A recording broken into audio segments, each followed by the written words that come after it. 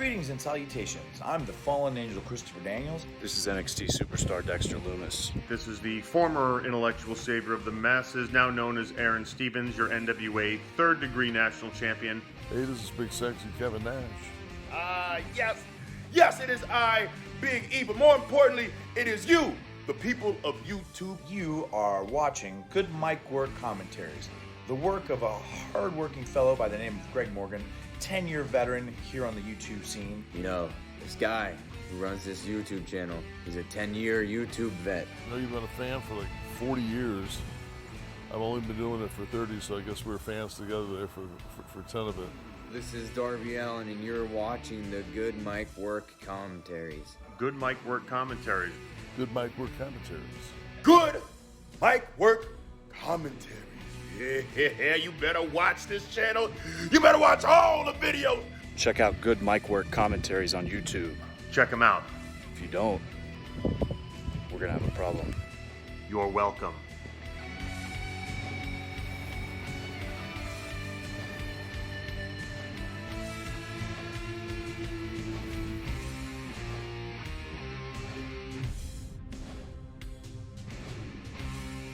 What is going on, L's and G's? Welcome to your August 15th, 2020 edition of the Winged Eagle Podcast. Hope you guys are having a great Saturday and a great weekend so far. We are up about 30 minutes earlier this week than normal, but hey, at least this time is close to normal time. I always try to shoot for 3 p.m., but since COVID, schedule's been jacked, a little bit janky, and we're up here at all different times, but at least today we are close. So I appreciate you guys always working with me and paying attention to when I'm going to be coming up here live on Saturdays and sometimes the occasional Sunday. But holy crap, do we have a jam-packed episode this week. In this episode, we're going to talk about a lot of things, including last night's potential double turn on Smackdown, Asuka possibly walking out of Summerslam with 2 titles, the return of TV14, a giant TNA reunion that got all the feels from everybody last night on SmackDown, which was also awesome. WWE moving production to the Amway Center starting next week, so there will be no more Performance Center, which I think the talent is going to be very happy about. Big news in AEW as well. A lot of talent cuts this week. A huge win on Dynamite for Orange Cassidy and another ratings win for Dynamite over NXT. Keith Lee gets his face burned off. We got a big Saturday night next week planned for wrestling as TakeOver goes head-to-head with the August 22nd edition of Dynamite that's being moved due to the NBA playoffs, and all sorts of other stuff as well we will be touching on tonight. And we'll be getting into my schedule for next week, probably one of the busiest weeks in wrestling we've seen in quite a while due to Dynamite being moved. So we've got wrestling on Monday night, Wednesday night, Friday night, Saturday night twice, and Sunday night for SummerSlam. So I'm going to let you guys know my schedule, my plans for next week, and what you can expect out of me.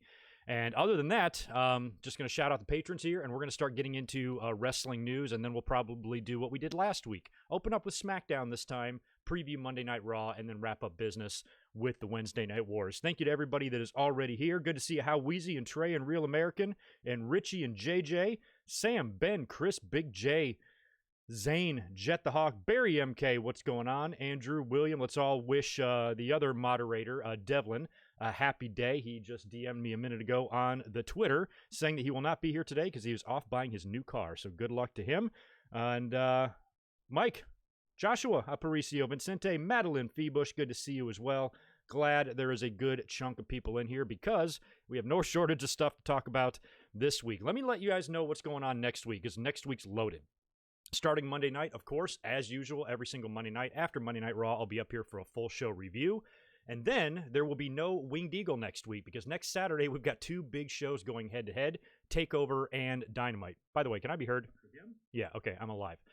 So there's going to be no Winged Eagle, no reason to do one. I'm not going to have time to do one because I'm going to come up here Saturday night and Sunday night to review both shows. Now, as far as Saturday goes, my focus is going to be on TakeOver. So I'm going to try to figure out what I'm going to do Saturday night. I'm going to be up here Saturday night for sure. I'm just going to decide as the week goes on if I'm going to wait maybe an hour or 2 after TakeOver and try to watch Dynamite and come up and review both, or just come up and review TakeOver. I'm not quite sure yet. Either way, you're getting me on Saturday night. So just keep a lookout there. It'll be either immediately following TakeOver or a couple hours after TakeOver. Got to see how it goes. Got to figure out what I actually have time to do. And then, of course, Sunday night, I'll be up here immediately after SummerSlam. No watch along this time. I'm just going to do a full review after SummerSlam because I want to enjoy the pay-per-view. I think it's going to look pretty cool since they are apparently, which we'll talk about here in a minute, doing a huge overhaul to the Amway Center in Orlando, and that's going to be the setting for SummerSlam and TVs going forward. So I'm kind of looking forward to that, and I want to scope it out this weekend. In terms of predictions, here's what I'm going to do. Thursday, we're going to do predictions. I'm going to do it in the afternoon, probably right around this time, 2:30, 3 o'clock in the afternoon. I'll have a link up later this week, and we will predict just TakeOver and just SummerSlam. I'm not going to bother with the Dynamite or anything like that, but I will have a predictions video. It'll just be a live stream, and it'll be just me on Thursday, so keep a lookout for that. Monday review after Raw, Thursday predictions, Saturday TakeOver, and possibly Dynamite review, and then Sunday SummerSlam review. 4 days of my bald ass in your face. Buckle up. I also want to say hello and shout out my patrons as usual because you guys are always the ones that keep the balls rolling here and support the channel. And if you would like to support the channel, all I need is your like and your view. Go down below, smash that thumbs up. I'd really appreciate it. And another way that costs you no money that you can support the channel, shoot over to my channel right now and check out my SummerSlam 2000 review. I did a 20th anniversary review of that show earlier this week, a full podcast review. It was not a live stream. It's an hour and 15 minutes long. I was at that show, have a ton of memories to share with you guys, and gave you a complete top-to-bottom review of the entire show that is now 20 years old, which blows my mind. But I was there live in Raleigh with phenomenal seats for that show, and I had a good time doing that review, and I got a few more on the list that I'm going to try to knock out before the end of the year. So you can head over to my channel right now, check out that review, give it a like, give it a share, give it some love, and I'd appreciate it. Quickly, I want to shout out the Apron Bump Podcast, Alan Carter, Daniel Rodriguez, Scotty Cura, Brandon Yelverton, Alex Reynolds, Scott Moss, Michael Tong, Nick Musser, Jimmy Anderson, who I believe has the Roddy Piper stream coming up here right after SummerSlam. I'll give you guys a date on that soon. K-Dogs, Kennel, Ryan Y, Devlin Husband, Steve Myers, the Double Z TV, Claudio Clavedetcher, John Rediford, Jordan Card, Barry MK, John Riffle, Josiah Blevins, Mr. Steve, Damien L. Ewell, Michael Cuomo, Naveed, Keith Salyers, Nathan Walker, and Blake Moran. Thanks again, always, for your patronage and your support on this channel. Couldn't do it without you. All right, what are we going to get into first here?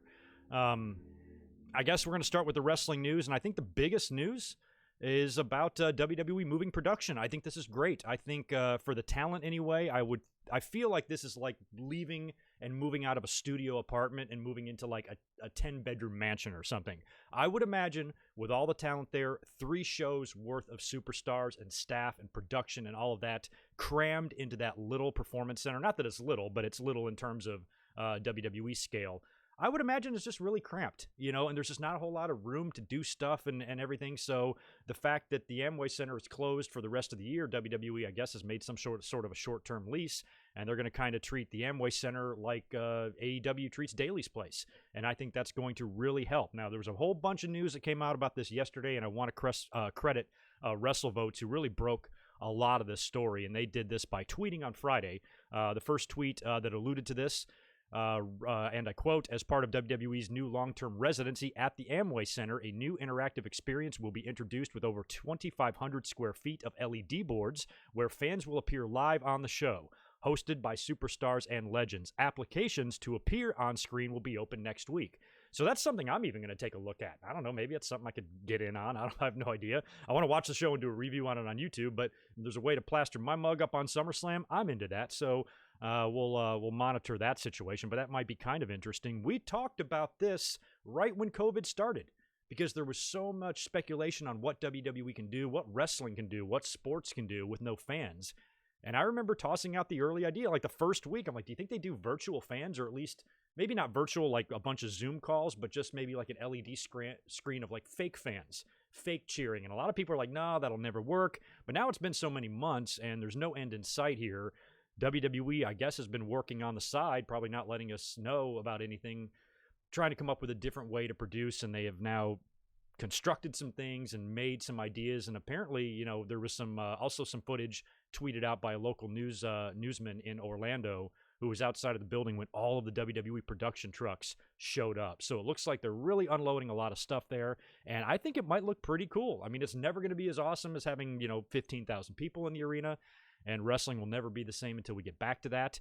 But at least WWE like they have on some shows during this COVID. Sometimes it feels like they're just going through the motions, just trying to get on the other side of this thing, just walking through it and sleepwalking through everything. They're really not. I mean, they're doing some stuff, on the side to really try to beef up and try to enhance the viewing experience for these really crappy shows that are drawing the lowest ratings in WWE's history. So at least they're making an effort here. I'm curious to see what this new production is going to look like, and I'm at least optimistic.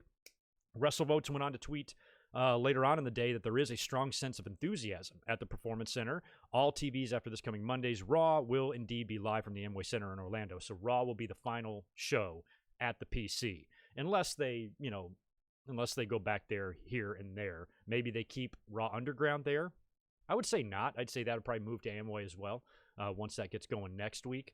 But aside from that, at least we're done with the PC. We're done with that low-ass ceiling in the roof. And that was one thing that I think AEW had such an advantage on, is Daily's Place was so wide open.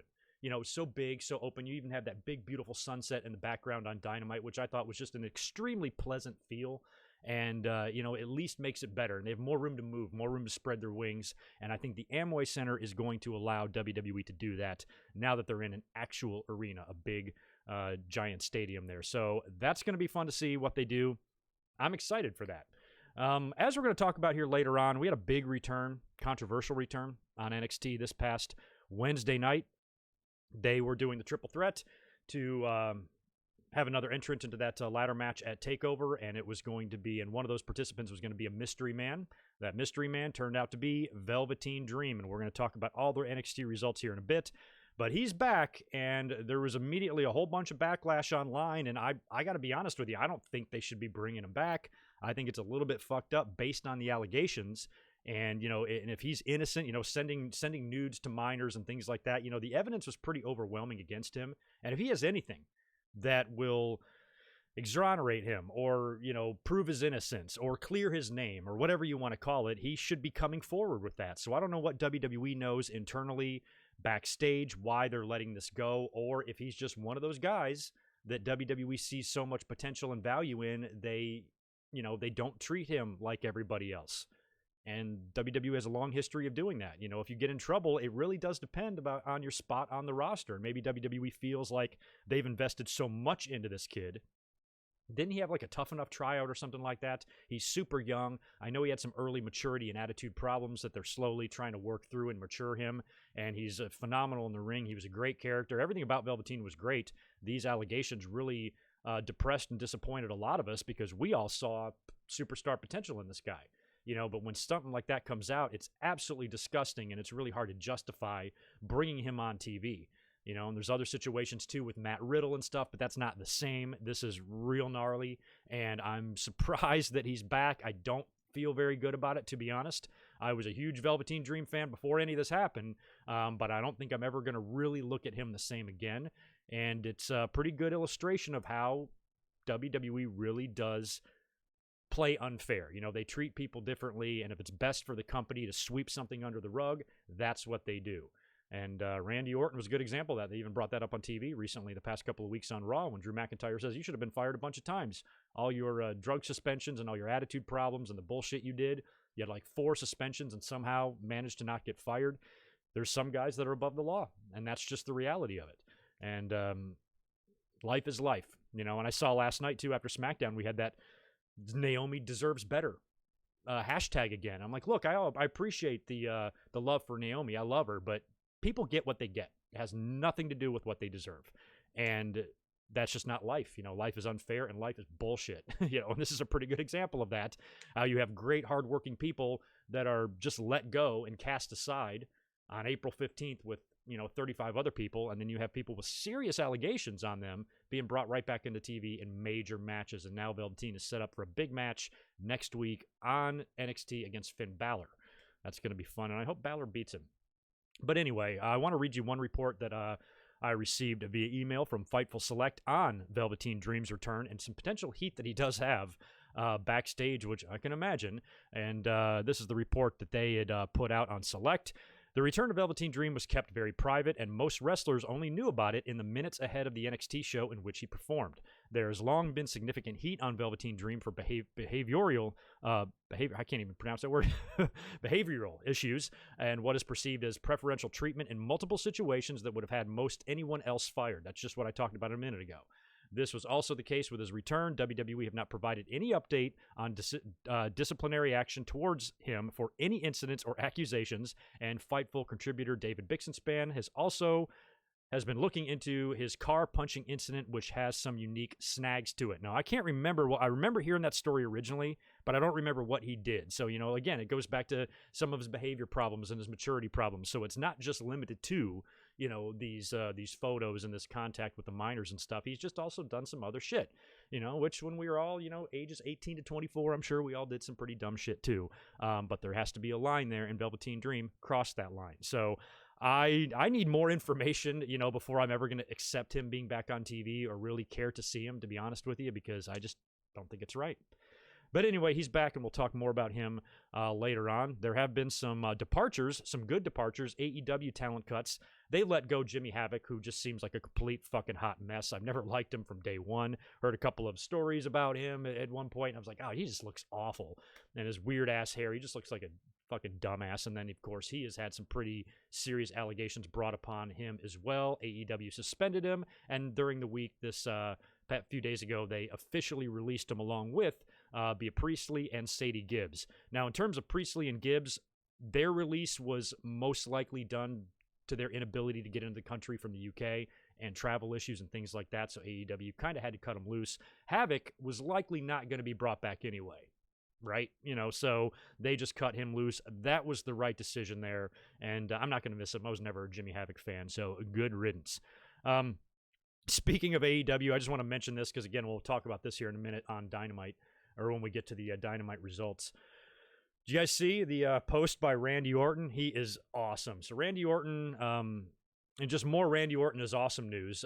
He responded to Matt Jackson's Instagram post showing the dive he did on Dynamite during the Bucks and Dark Order match, I think. And it was a pretty good dive, and he kind of landed on the back of somebody, didn't really hit anybody, and Randy Orton comments underneath it. He goes, "Sweet landing, but you didn't hit anybody. Tell Cody, Goldust, Harper, Swags, Y2J, Hardy, Ryder, Spears, Ambrose, Arn, Malenko, Gunn, and most importantly, FTR for me." or tell them for me.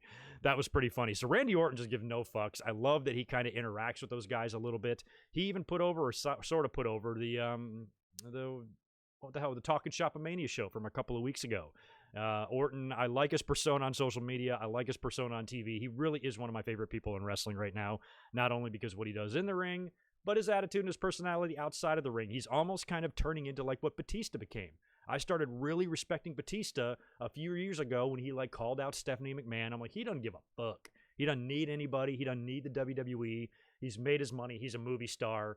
They don't have him by the balls. And that's something that I've talked about for at least the last 10 years on this channel. Is I always loved guys like that, like the Jerichos, like the Brocks, like the Rocks, people that were able to break away and didn't need the WWE. Jericho could leave WWE and never need to go back there. He's got Fozzy, he's got a busy career, he makes TV appearances, and now he's in AEW, but even prior to that, he was well beyond ever needing WWE for anything. And Batista was the same way. The Rock was the same way.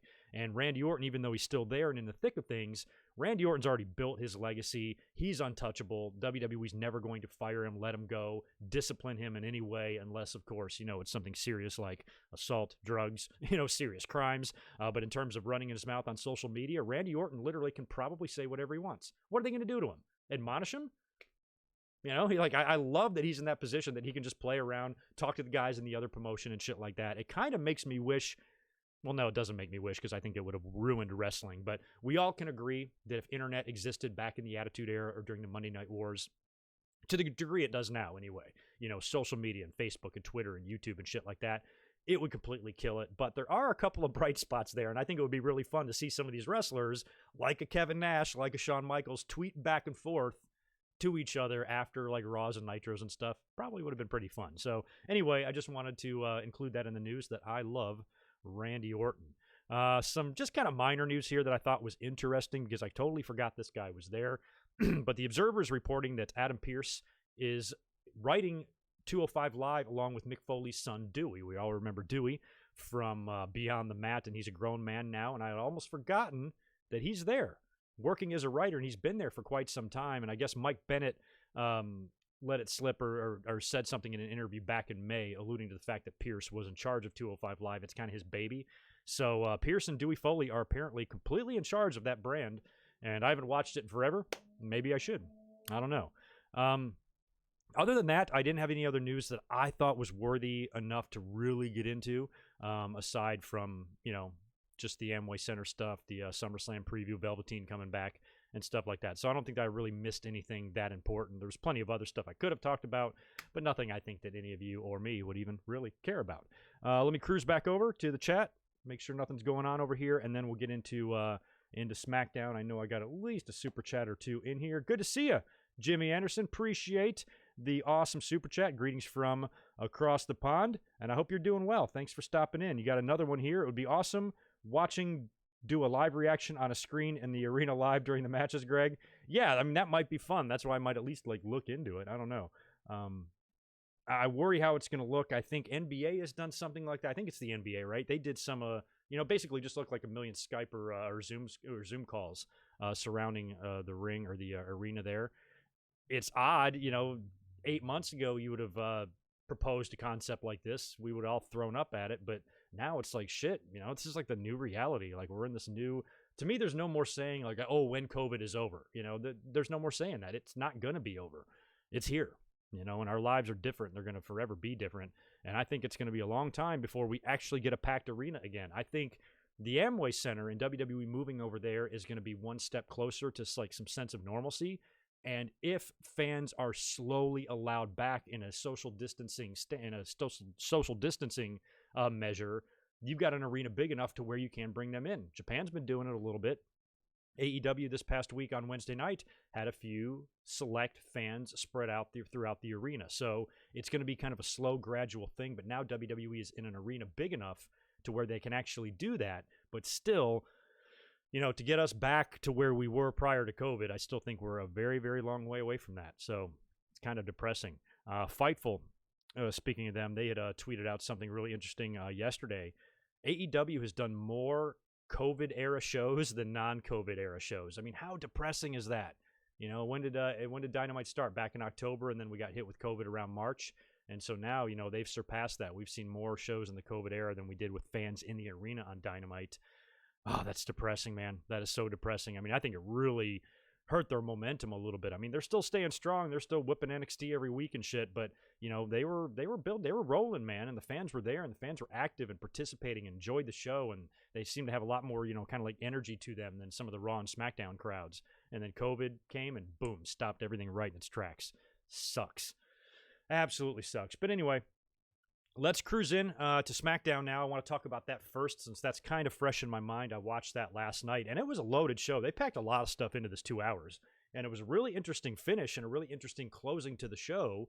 And I don't know. You guys tell me. I mean, I put on the thumbnail here, double turn on SmackDown, but I put a question mark. I'm not quite sure if what we saw was a double turn, but it seems like it's the beginning stages of that. Either that or, Braun being affected and his personality changing due to his confrontations with the Fiend is only a temporary thing, or if this is a permanent personality change for him. He seems like he's an evil son of a bitch now. And he won an Alexa tossing competition, threw right up in the air, and then he said he wanted to eat Braun's ass, or eat the Fiend's ass. So Braun is very scary right now, and he wants to do some pretty dastardly things to the Fiend at SummerSlam. So we're going to get into all that here. SmackDown, when they opened up, if you noticed, there's a TV 14 icon in the corner. This is the first time I think they've had a TV show at TV 14 since 2008. Is that right? Holy shit. So I don't know what that means. I don't know if that was just temporary. I don't know if there was something on this show, like maybe Braun Strowman throwing Alexa or something like that was considered not PG, and they had to make this one particular show TV 14, or if this is going to be the thing going forward. Now, I've never been a believer in the fact that TV 14 will make wrestling great again. I think fans who think that are not right in the head. Doesn't matter there. Even with TV14, you're still going to have the overproduced nonsense. You're still going to have the scripted promos. You're still going to have the shaky-ass cameras. You're still going to have no creative integrity whatsoever to any of their storylines. All that stuff and all those problems are still going to exist with or without TV14. So that's going to change nothing, but it might help curb some of the cheesiness a little bit. I don't think by much, because back in the Attitude Era, there's plenty of cheesy shit there too, even with the sex and the violence and the blood.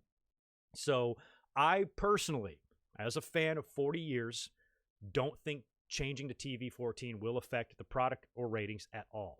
Might make a few things a little bit easier to watch, maybe for the more adult audience, because we all know AEW's been bragging about that demo, right? That 18 to 49 demo. So maybe WWE realizes, oh, shit, we better target some of those guys.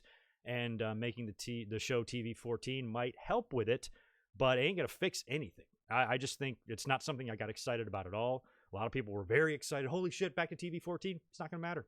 It's not going to matter. The show is still going to suck. You know, they're going to give us a good one every now and then. I'm very optimistic for TakeOver and SummerSlam. I think both will be good, and we'll get a decent Raw and SmackDown every now and then. We got a decent SmackDown last night, but that will not be the norm. It's still going to be, for the most part, very difficult to watch, very low ratings, and I'm just sorry I'm being a cynic. It's kind of rare for me, but I've got pretty good reason to be a cynic. So anyway, TV14 is back. Michael Cole and Corey Graves both alluded to the fact that there will be a new location for next week's SmackDown and all of the shows going forward. So they kind of confirmed that on SmackDown, which was cool. Show opened up with a match that was supposed to be Big E and John Morrison. Big E came out there like a house of fire, as always, took off his vest and wrapped it around the head of Michael Cole, or maybe it was Graves, I can't remember. And he's having a good time out there. Gets in the ring, about to battle Morrison. Lights starting to flicker.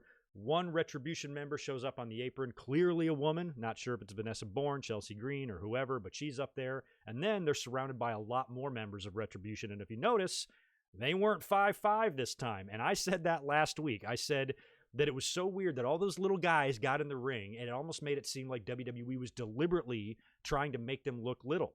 Like we were all making fun of it. What's wrong with WWE? These guys aren't threatening. They seem like high school kids. They're 8th graders. Maybe that was done by design, to where when they finally do reveal who some of these faction members are, they're all big guys like Dominik Dijakovic and guys that size. And it looked like, I guarantee you, one of them guys was Dominik under the hoods last night, because they were much bigger. They jump in the ring, they attack Morrison and Big E, beat the shit out of them, and the match never gets underway. We go to commercial, we come back. Everyone who got their ass kicked is backstage.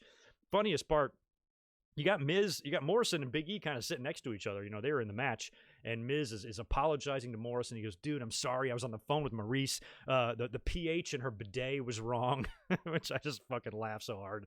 And Morrison's like, no, it's all good. It's that motherfucker's fault. And he's mad at Big E, and Big E's like, kiss my ass, bitch. And everybody's kind of fighting.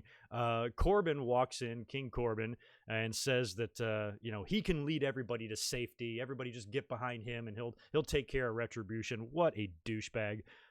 Big E tells him to shut the F up and cuts a great promo talking about how they can rise up and beat these guys and everything. Sheamus then appears. As a very clustery segment. Sheamus then appears. He's kind of got that new look. He's wearing the hat. He had the suspenders and kind of wife beater last week. Now he's wearing like a heavy ass, what looked to be like suede jacket or something. It's August in Florida. You're in fucking Tampa or Orlando. Jesus, man. Like, how can you even wear that thing? And if you notice, like we'll talk about in a minute, all these backstage promos, everybody was sweating their nuts off. So I don't know how he can wear that thing in August in Florida, but his new look, I don't know. I think it might grow on me. I really try my best to like Sheamus. But he must have been hot in that. So anyway, everybody's kind of arguing there and fighting with each other, and they're trying to band together to take out Retribution. And I like the fact that Retribution is not just going after baby faces, and I think that needed to be made clear right off the bat. The NWO was kind of like that at first. They would go out and attack heels. They didn't care. 4 Horsemen, anybody. They'd whip everybody's butt. So I'm glad that I think it would have been silly if Retribution only targeted baby faces. So the fact that they're targeting everybody, it was good. I'm still not sold on the angle. I think it's been a little more cheesy than believable, but last night, was better. It was a little better, but I still think they have some work to do with this Retribution BS. After that, we had the Sasha and Bayley promo. They're out there with all their gold. Sasha I can't remember if she did it in the ring or if it was backstage, but she kind of just tossed a little bit of shade towards Bayley, you know, for Bayley losing to Asuka and having, you know, caused Sasha to face her now. And then they go on to start announcing all the participants, because now it's time for that triple brand battle royal. The winner of this will face Bayley at SummerSlam for the title. And I want to thank everybody that notified me last night on Twitter, because I had to work.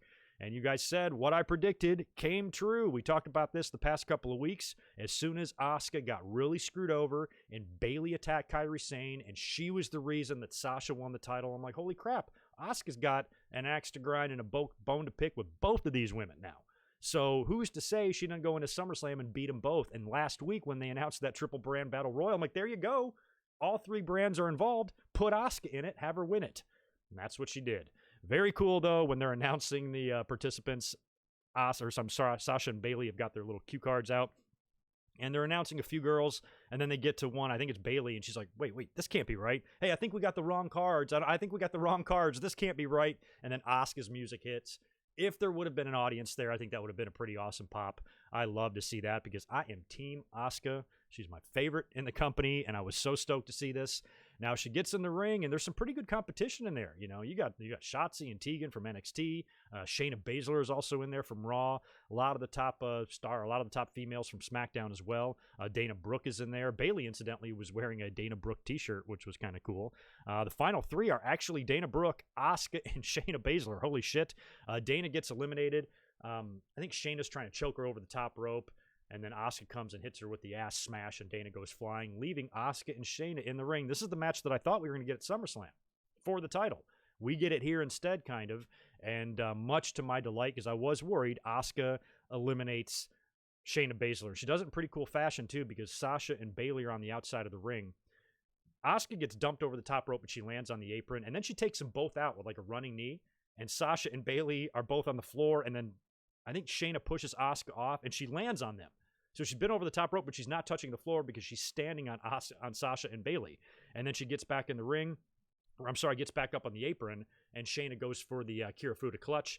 She's choking her, and Asuka just basically kind of pulls her and snap-mares her right over the top rope, wins the Battle Royal, and now goes on to SummerSlam to face Bayley for the title. So she's got two title matches, one against Sasha, once against Bayley. I would love nothing more than for Asuka to walk out of SummerSlam with both of those belts. Last week I did one better and said put the whole thing in one match, throw the tags into this thing, and have Asuka walk out of there by herself with all four belts, even though that might be a little too much Asuka for people, but not for Greg. But anyway, it's not going to happen that way, because Sasha and Bayley have got to defend the tag team titles at Payback. They haven't even fucking mentioned Payback at all, which for some reason is only a week after SummerSlam on August 30th. They barely mentioned this thing, but Sasha and Bayley said they have to defend the tags on that very show. So I'm still surprised you're getting a show a week after, but that might be the beginning of really the implosion between Sasha and Bayley, because if they have a really bad week, if one or both of them drop the belts at SummerSlam and then they drop both tags at Payback, that's going to be the end of that friendship. So what do you guys want to see? Like, if it's up to me, Asuka gets revenge, walks out with both belts, but I think it would be better for the story for her to walk out with one belt. That way, when you have Sasha and Bayley, one with the title, one without one, you're going to have that jealousy, you're going to have that clash, and that's going to add to the story. So I think it's better in terms of storyline for Asuka just to win one, but it's better for Greg's heart for Asuka to win both. So that's what I want. And, you know, it goes to show, I'm going to say this right now, Larry, I'm going to admit fully that there were major mistakes made in the booking of Asuka when she first got there. I fully admit that. But the pinnacle of this nonsense, of this just overly common idea that is so prevalent amongst modern fans, that one loss in a big match to a top star can end your career, can bury you. It's anger that your favorite didn't win overtaking the benefit of intellect that we see so often in wrestling. We heard it with John Cena. We heard it with Roman Reigns. Every time they beat anybody, they buried them, and oh my God, they should go back to NXT. I remember that after that Charlotte match, Asuka should leave WWE. She lost one match in a year and a half, and they say she should leave WWE, and she should go back to NXT. Her career is over. Now, I admit, they made some mistakes, but this idea that your career can be over in one match is fucking stupid. Look at Asuka. I love her. She's the most entertaining woman in the company right now. She's being put over like a badass. She's going to win a minimum of one world title at SummerSlam, possibly two. and she is a big part of the roster. Asuka, Sasha, and Bayley are doing phenomenal work together. Asuka's not dead. Her career's not buried. She's got a great career. She's got multiple championships under her belt. She was the first person to ever be like the Grand Slam champion. She's the first Royal Rumble winner. She was the first person to do everything. And she's an ass kicker, and she's entertaining. You know, she's a little bit different now. She's a little bit more animated. She's a little bit maybe more like she was in Japan, you know, kind of dancing around and acting like a goofball instead of being more that, you know, that focused Shayna Baszler type. I prefer this Asuka. I like her evolution. I like what we've seen her go through in the past couple of years. I wasn't happy about a couple of those losses that she had early on, especially when she came in from NXT, because she nearly went down the same road that so many NXT talent have when they are badasses and absolute superstars in NXT, but they're in catering on the main roster. And I didn't want to see that happen to Asuka, and it really didn't. It really didn't. You know, she lost a couple matches here or there, but nothing crazy. And she still remained a big star despite all of that. So I understand fans can get mad if, you know, if they feel like somebody should win a match and then they don't. But this idea that they're dead and buried and should quit and kill themselves, come on. Look at Asuka. Look at what she's doing right now. Can you at least admit that that might have been an overreaction when she lost to Charlotte? That maybe the earth didn't end? That maybe by some miracle, this little blue-green ball just kept on spinning? And it didn't just explode because Asuka lost one goddamn match in 18 months? Just saying. Props to Asuka. Looking forward to SummerSlam. Let's talk about some more women that are impressing me. Both Mandy Rose and Sonya Deville had two very sweaty promos from backstage, with these two, I'm not complaining about. But man, these poor talents. Morrison was sweating his nuts off too. They're backstage. It's August. It's in Orlando. It's in Florida. It must be absolutely miserable. But I'll tell you, man, Sonya, of course, is fabulous. Sonya's promo was wonderful. You know, putting down Mandy Rose, saying all her badass stuff. She always impresses, and I have full confidence in Sonya Deville's promos. Mandy is slowly growing on me. Mandy did nothing for me at first, but this whole thing with Sonya Deville, and even last week or the week before that when she got beat down and got her hair cut and the whole deal, this whole feud and even Otis's involvement has been a million times better than I ever thought it would be. And now they're gearing up for a hair match at SummerSlam. Mandy Rose has got the shorter do now, and she cut a pretty good promo. She goes, I'm not just a bikini model. I'm not just, you know, tits and ass and a pretty face. Yeah, I was a bikini champion, but I worked 3 jobs. I put myself through school. I'm tougher than I look, and I'm going to whoop your ass at SummerSlam kind of thing. You know, you believed it. You know, and Mandy Rose is one of the first, like, super pretty girls that I can also believe is a good wrestler. You know, because I'm still got that mentality of the divas, you know, when WWE just signed these pretty girls without any ability at all. And Mandy Rose has changed my mind. She's growing on me. And I'm looking forward to this match. We haven't had a hair match in a while. How many have we had at SummerSlam? I can think of one. X-Pac and Jeff Jarrett. Might have been another one at SummerSlam. I'm not sure. But this is going to be good because it's almost like a win-win because Sonya's going to lose, right? She has to lose, right? She cut Mandy's hair. Mandy's not going to be out there bald. Sonya can pull it off. You know, Sonya is like a fighter. Sonya's a little more rough around the edges. And I think with Sonya, it can be a situation where a win for Mandy can elevate Mandy, and a loss with Sonya can also give her kind of a different attitude, personality, and look change. She can get her head shaved, and that can actually build momentum for her to even you know, increase her stock a little bit. So I think that's the way that match has to go. I can't see really Sonya Deville winning that. I can see maybe them doing one more final blow-off. I think a hair match should be a blow-off. But if Mandy beats her, Sonya's got to shave her head bald. Maybe she does like a Road Warriors, like a hawk mohawk or something, or animal mohawk, or maybe just shave it on the side or do something cool with her hair.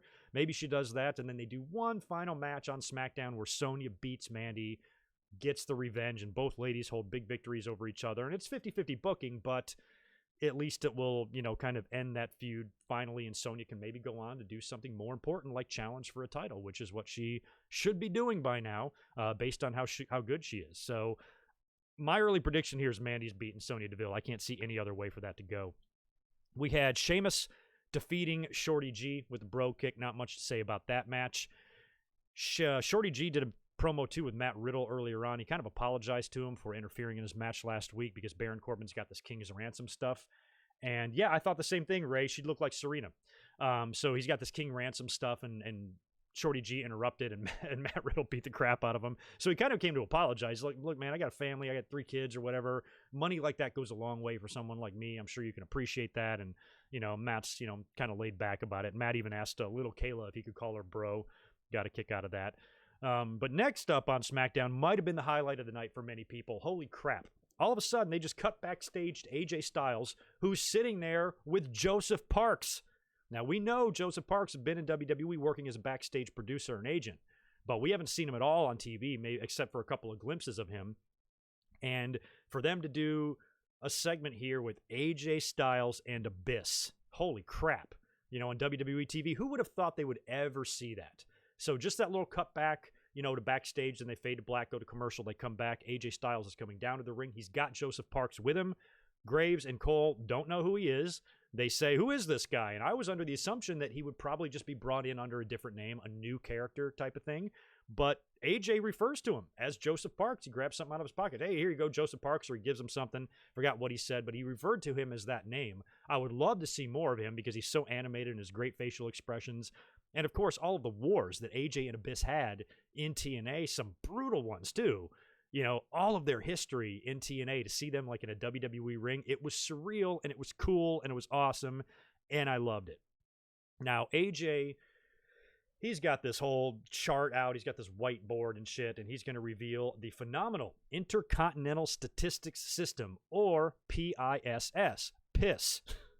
And he's like, he wants to try to decide who should challenge him for the title. And he's got this whole statistical system in place to where he can determine his next challenger or some shit like that. So anyway, he's got this big whiteboard. He goes, let's see who's number 1 on the board. And he rips it off. He goes, it's me. I'm the champion. I'm number 1.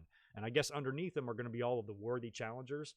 Well, he rips off the covering to reveal that there's nobody under the board because I guess nobody's worthy of being a challenger to him, which is kind of stupid. And that's when Jeff Hardy comes out. So now we got Jeff Hardy in the ring.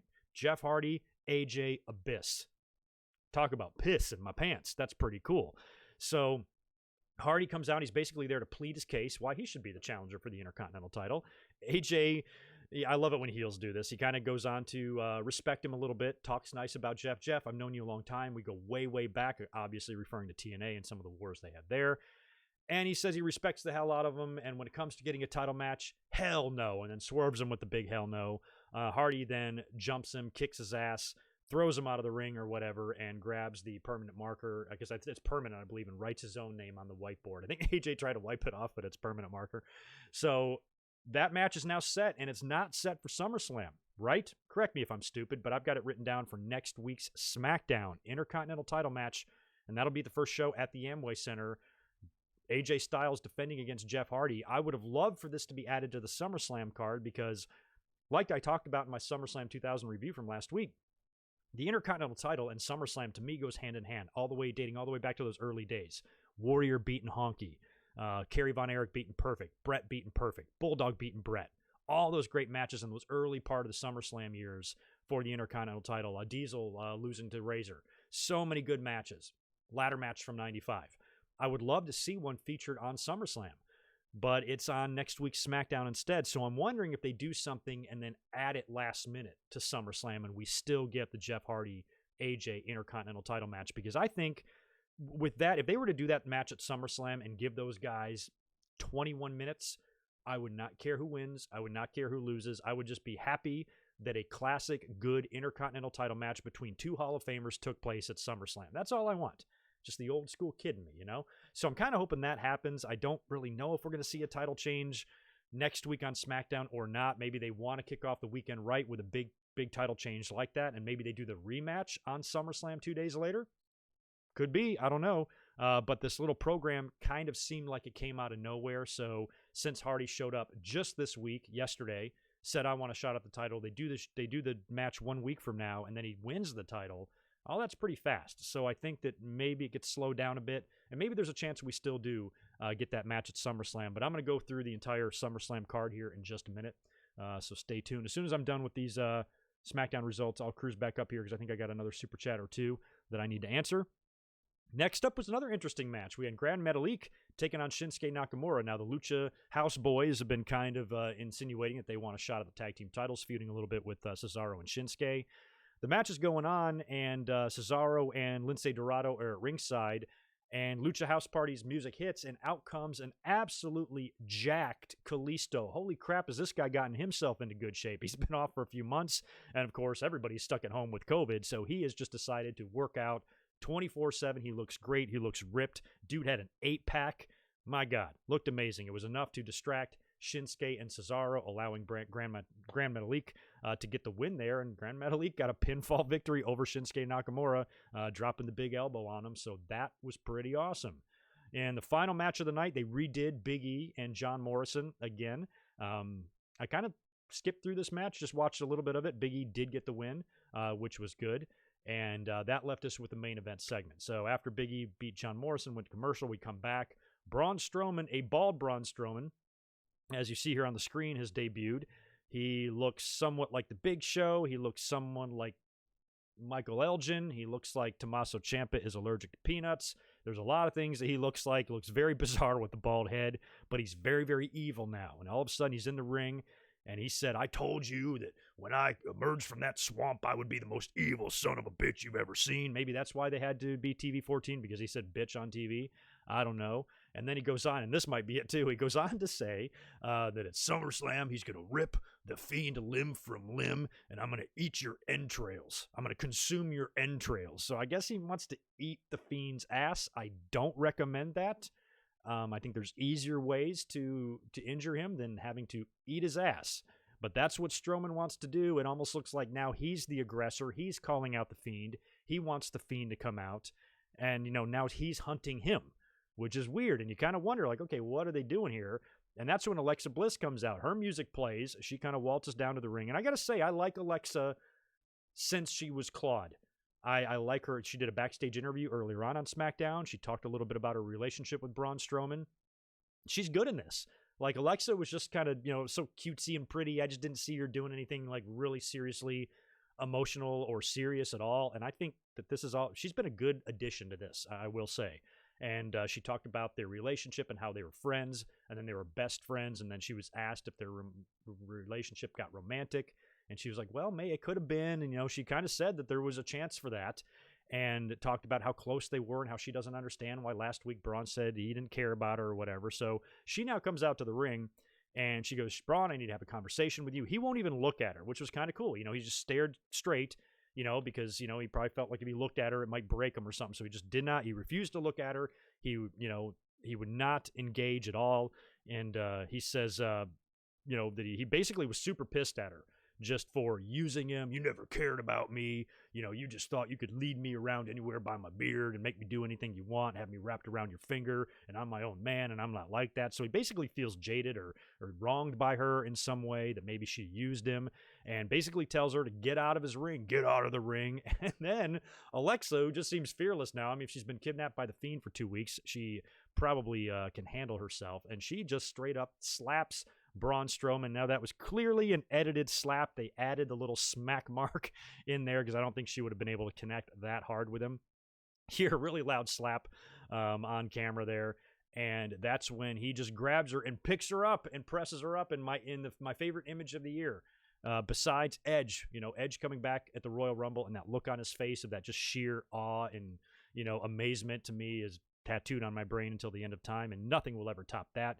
This is my second favorite image of the year, with Braun Strowman's picking up Alexa, and he's going to, like, motion like he's going to throw her over the rope, like, into the plexiglass. I think that would have been great, because still would have been hard to pull off, but in an edited show, you could have put a crash pad down there, and all Alexa would have really had to do is take the bump against the glass. But I think that would have been so funny if he just took her and just lawn darted her like Nash did Mysterio right into the plexiglass, and then she can fall on the crash pad, but it doesn't have to be shown on camera. This seemed edited too, because he's got her up in the air and he's kind of threatening to throw her over all the ropes, and then the lights slowly start to dim, a little bit at a time, and when there's one light left, he still has her up, and that's when he just throws her straight up in the air, and the lights go down, and then she falls. So I don't know if she really took that bump, or maybe they had a little pad for her to lay on there too, since it was all edited together. And the lights go out, they come back up, Alexa's down on the mat, and the Fiend is in the ring with her, but Braun is gone. So I'm like, did Braun run away? I don't understand what the fuck. So Fiend almost kind of did the run in there to save Alexa, and he's standing over her, and then you see Braun appear Really big close-up of his face and his bald head on the Tron, and he's laughing in this like really big evil demonic laugh. The Fiend starts laughing back, and poor little Alexa is caught right in the middle of these two freak shows, and I thought it was a great way to end the show. I enjoyed it. So again, with Strowman and the Fiend, they surprised me here, because when Roman left and Strowman beat Goldberg, and I just haven't given a shit about Strowman at all as Universal Champion. Even the feud with the Fiend, you know, they've had 2 matches so far, and neither one of them were that great. One was just basic in the ring, and the other swamp match was not nearly as good as the Boneyard and any of the other cinematic offsite stuff they've done. So I haven't been impressed with much of it. But then when they added Alexa out of nowhere, and now with this potential, what could be the beginning of a double turn that could be finalized at SummerSlam, maybe the final, you know, maybe they've turned halfway here and they do the final turn at SummerSlam. But it feels like that's what's going on here. And I don't know, maybe Alexa helps the Fiend win. I don't think Alexa would be strong enough to like cost Braun the victory, because he doesn't seem to give a shit about her. So if she comes out and tries to interfere or distract him, I don't think, like the way he's acted last night on SmackDown, I don't think his character would be affected by that. You'd be like, you know, get the hell out of here kind of thing. And plus, this is a guy that, you know, a couple of years ago owned Roman Reigns for about 3 or 4 months. This guy holds big victories over Bill Goldberg. He's been in the ring with Brock Lesnar. How in the world would little Alexa actually cost him a match somehow? I don't know how she'd pull that off. So it might have to be, you know, it might have to be theatrics. It might have to be, you know, some sort of mind games. Maybe she appears on the screen, or maybe she appears looking different, or his sister Abigail, or something like that. Enough to kind of say, make Strowman go, oh, what the hell is that? And then he eats the claw and goes down, and the Fiend wins the title. Will a babyface Fiend work? You know, and I'm assuming that's all of his personas. If the Fiend goes face, Funhouse will be face too. And that worries me, because that reminds me of Doink. You know, Doink was an amazingly creepy, good, scary, effective heel, and could have been better. But when he went babyface, they turned him into an actual clown. So evil Mr. Rogers is cool, but if they turn Bray Wyatt into actual Mr. Rogers, that's going to suck. So I don't know. I'm not sure. I'm still too early for me to comprehend this. But the Fiend being a babyface, how the hell do you do that? You know, so shoot me your ideas. But anyway, that was SmackDown for last night. And let me just roll into what we got here for SummerSlam as well. By the way, this coming Monday, the only thing I've written down for the show, if you want to hear my review of Monday Night Raw from last week, you can check that out on my channel right now. But this week, we've got Shawn Michaels advertised for Raw, so he'll be on Raw Monday night. And what do you think? He's going to be doing a Randy Orton confrontation, right? It's going to be Orton kicking his fucking head off, I would assume. I don't know why else HBK would be there. I'm not looking forward to HBK being there, because HBK is weird now, but I would assume he's a little bit upset by what Orton did to Ric Flair. He's going to have something to say about that. And if Orton is notching up all these, you know, these legends on his belt, you know, here's one more head you can kick on Monday night, and I don't see any way that he doesn't do that. Although HBK can still hold his own a little bit. Maybe HBK fights back. Drew McIntyre comes in to make the save, and HBK doesn't get his head kicked off. That would be okay too, especially if HBK has a little bit of offense. You get Drew McIntyre involved, try to even up the odds a little bit there. Maybe Shawn throws a super kick on Randy. Maybe Shawn does the diving forearm and a kip up or something. I think that might be a little bit fun. But there's no way HBK can be on Raw without crossing paths with Randy Orton. There's just no way. So we'll look forward to that on Raw. Join me this Monday after the show. We'll talk about it. Let's talk about the SummerSlam card. Here's what we got so far. I've got 7 matches announced for this, at least officially. Probably another 1 or 2 going to be added to this. We've got Drew McIntyre defending the WWE title against Randy Orton. Braun Strowman defending the Universal title against The Fiend.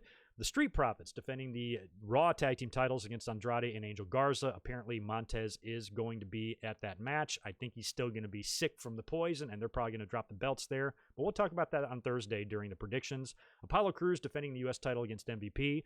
Bayley defending the SmackDown Women's title against Asuka. And Sasha defending the Raw Women's title against Asuka. So one or both of them are fucked at SummerSlam. I can't wait. Mandy Rose taking on Sonya Deville in a hair versus hair match. Seth Rollins versus Dominic, and Dominic can use weapons. So yeah, that's 1, 2, 3, 4, 5, 6, 7, no, 8 matches, right? 8 I've got. And like I said, I'm kind of hoping there's room for one more, and maybe they can add Jeff and AJ to SummerSlam just to put an IC title match on the card. But based on the fact that there's already a U.S. title and actually, there's 5 singles titles up for grabs already. Yeah, maybe not. Maybe no Intercontinental title because you got Orton, Strowman, Apollo, Sasha, and Bayley all putting their titles up on the line. So if you add a 6th singles title match, then maybe that is too many.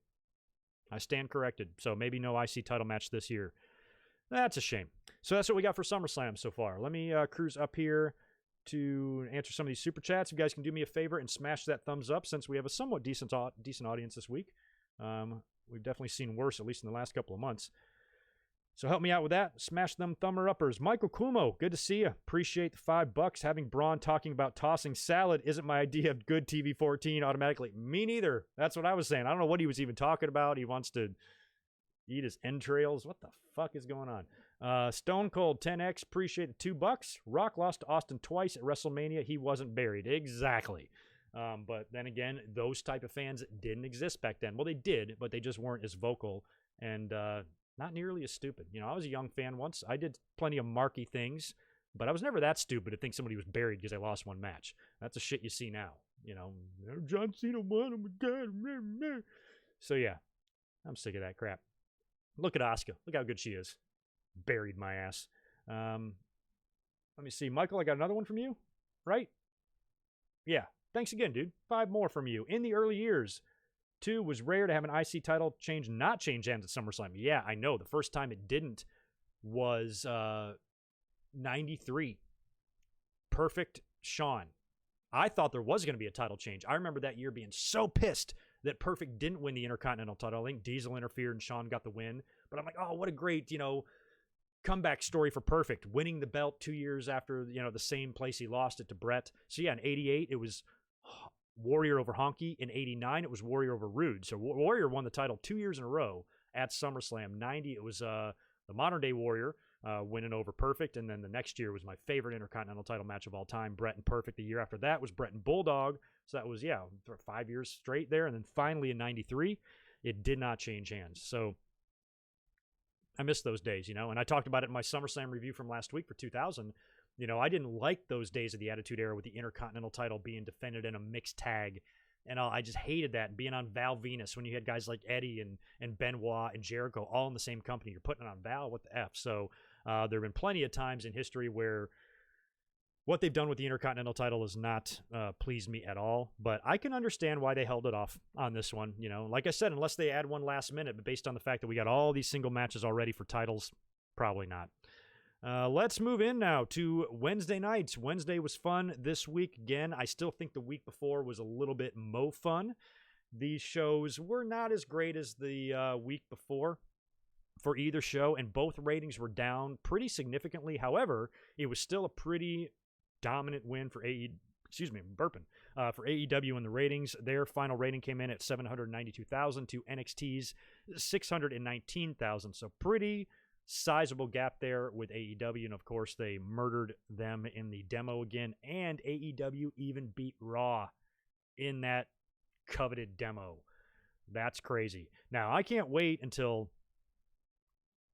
we get more unopposed shows. Like this coming week on Wednesday, NXT runs unopposed. AEW is bumped to Saturday the 22nd. They're going to be going head-to-head with TakeOver. And NXT has got a go-home show with no opposition and no competition. So I'm really hoping next week's show, we know we got a couple of big matches for that, Gargano and Ridge Holland and Balor and Velveteen. That should be good stuff, and probably a final little cap on the Cross and Lee feud. So there should be good stuff next week, and I think NXT should be able to draw a huge rating. And we'll see what what AEW does whenever they run unopposed with NXT. But why don't we start with, let's start with NXT. Then we'll wrap up business with AEW and all of that. So, like I said, they're going to run unopposed next week. The show opened up with Karrion Kross taking on Danny Burch. So this is just going to be a tune-up for Kross. That's pretty much all it was. Burch is a tough SOB, so they didn't completely bury him here, or completely squash him, I should say. I don't want to say buried, but they didn't completely squash him. He got a little bit of offense in, but he was just overmatched. Kross eventually, I believe, chokes him out, right? Won a very long match. After that, that's when Keith Lee shows up, comes out to the ring. He's got some clipboards or some contracts with him, and he says, this is the contract for our title match at SummerSlam. at TakeOver. I have signed it. William Regal has signed it. All you got to do is sign it. And I think Scarlett takes it. She takes it up to Karrion, who's in the aisleway. Did you notice how Karrion Kross signed it? He just looks, I know it's not an official contract anyway. It's just kayfabe bullshit, but he didn't even try. He just scribbled some shit. There's no way that's legal. So he signs his name on it, and then Scarlett then takes it and kisses it and like slowly walks it back to the ring and slides it in to Keith Lee, who then picks it up and he opens it up and it explodes. You know, they had some flash paper in there. This is something they could have never pulled off live because flash paper has got, I don't know, like a 20% success rate when done live. All you got to do is go back and look at Halloween Havoc 1998, which I reviewed last year with Hogan and Warrior, and probably one of the worst flash paper botches in history. Probably the worst one. But he opens it up. It explodes. Keith Lee sells it like $1 million. He bumps for it. I don't think you need to bump. I actually didn't like that. He took a flat back bump when he got hit with the thing. I think he should have like gone down to his knees or immediately covered his eyes or done something a little bit more realistic. It's just try to think about yourself. If somebody blasts you in the face with a blowtorch, you're not gonna take a bump like you took a super kick. You know, you're like, fuck. You know, you're just gonna immediately cover up and cower away, or maybe go down to your knees, maybe fall, but not take a wrestler bump. So I thought that was a little bit overdone. He's screaming, selling. Officials are in there. They're covering up his eyes. My eyes, I can't see. And, you know, they're hauling him away. So you kind of get this split screen in the ring with, I think it's Killian Dane and Drake Maverick who are up next. And they're also trying to update the fans on Keith Lee, getting him in the ambulance and all that shit.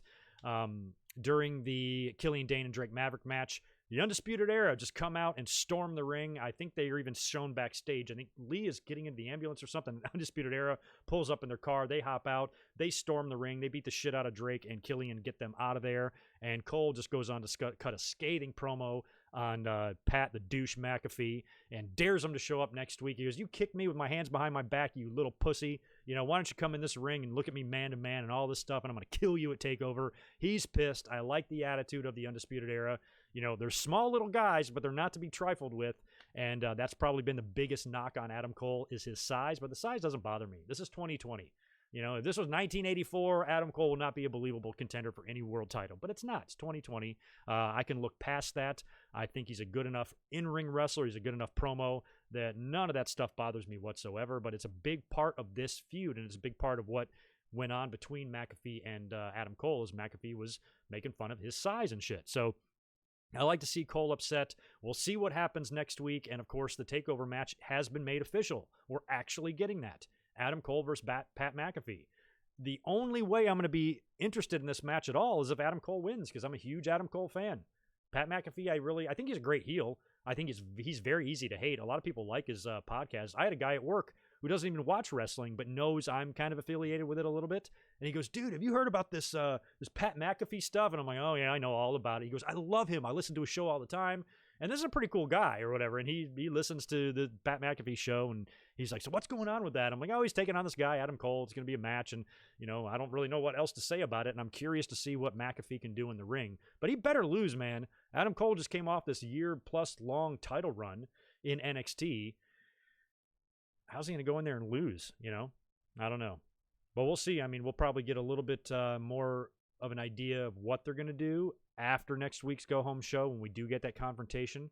You know, I mean, and if Adam Cole gets a bit of revenge and he lays out Pat McAfee, you know, that's the way I always look at the matches. You know, whoever gets the last laugh on the go-home show usually loses at the pay-per-view. I don't know what the real percentage of that is, but I would assume it's somewhat high, 70-ish%, I would think. But I guess we'll know more, like I said, next week.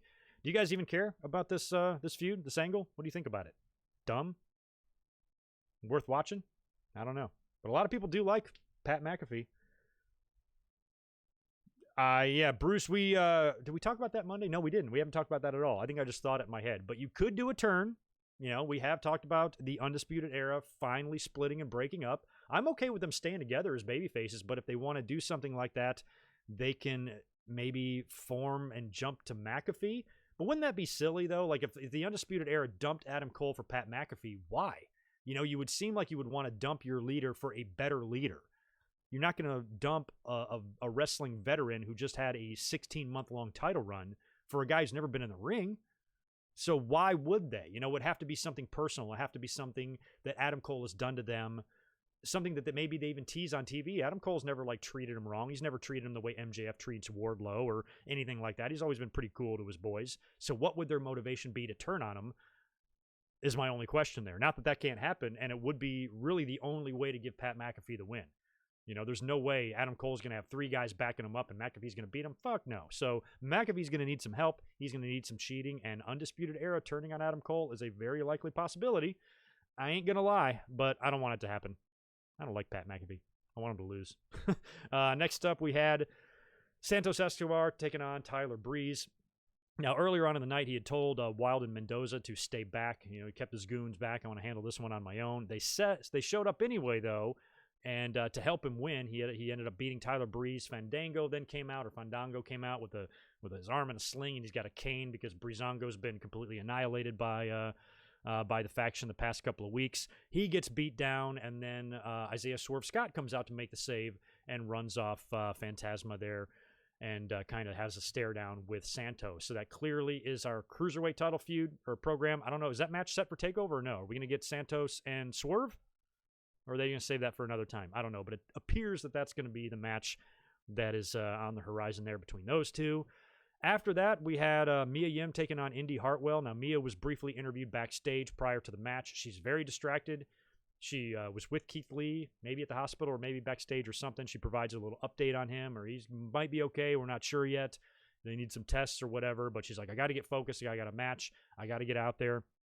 Goes out to the ring. Good little match with Hartwell. Winds up tapping her out in a really interesting kind of, I don't know what you'd even call it. Just this arm bar where she's got a Raptor grapevine. Instead of pulling the arm back like you would if you're laying on your back, she kind of just pushes it forward like a lever, and Indy taps out immediately. Looked like a pretty painful move, but also one that you can really only execute on someone drastically smaller than you.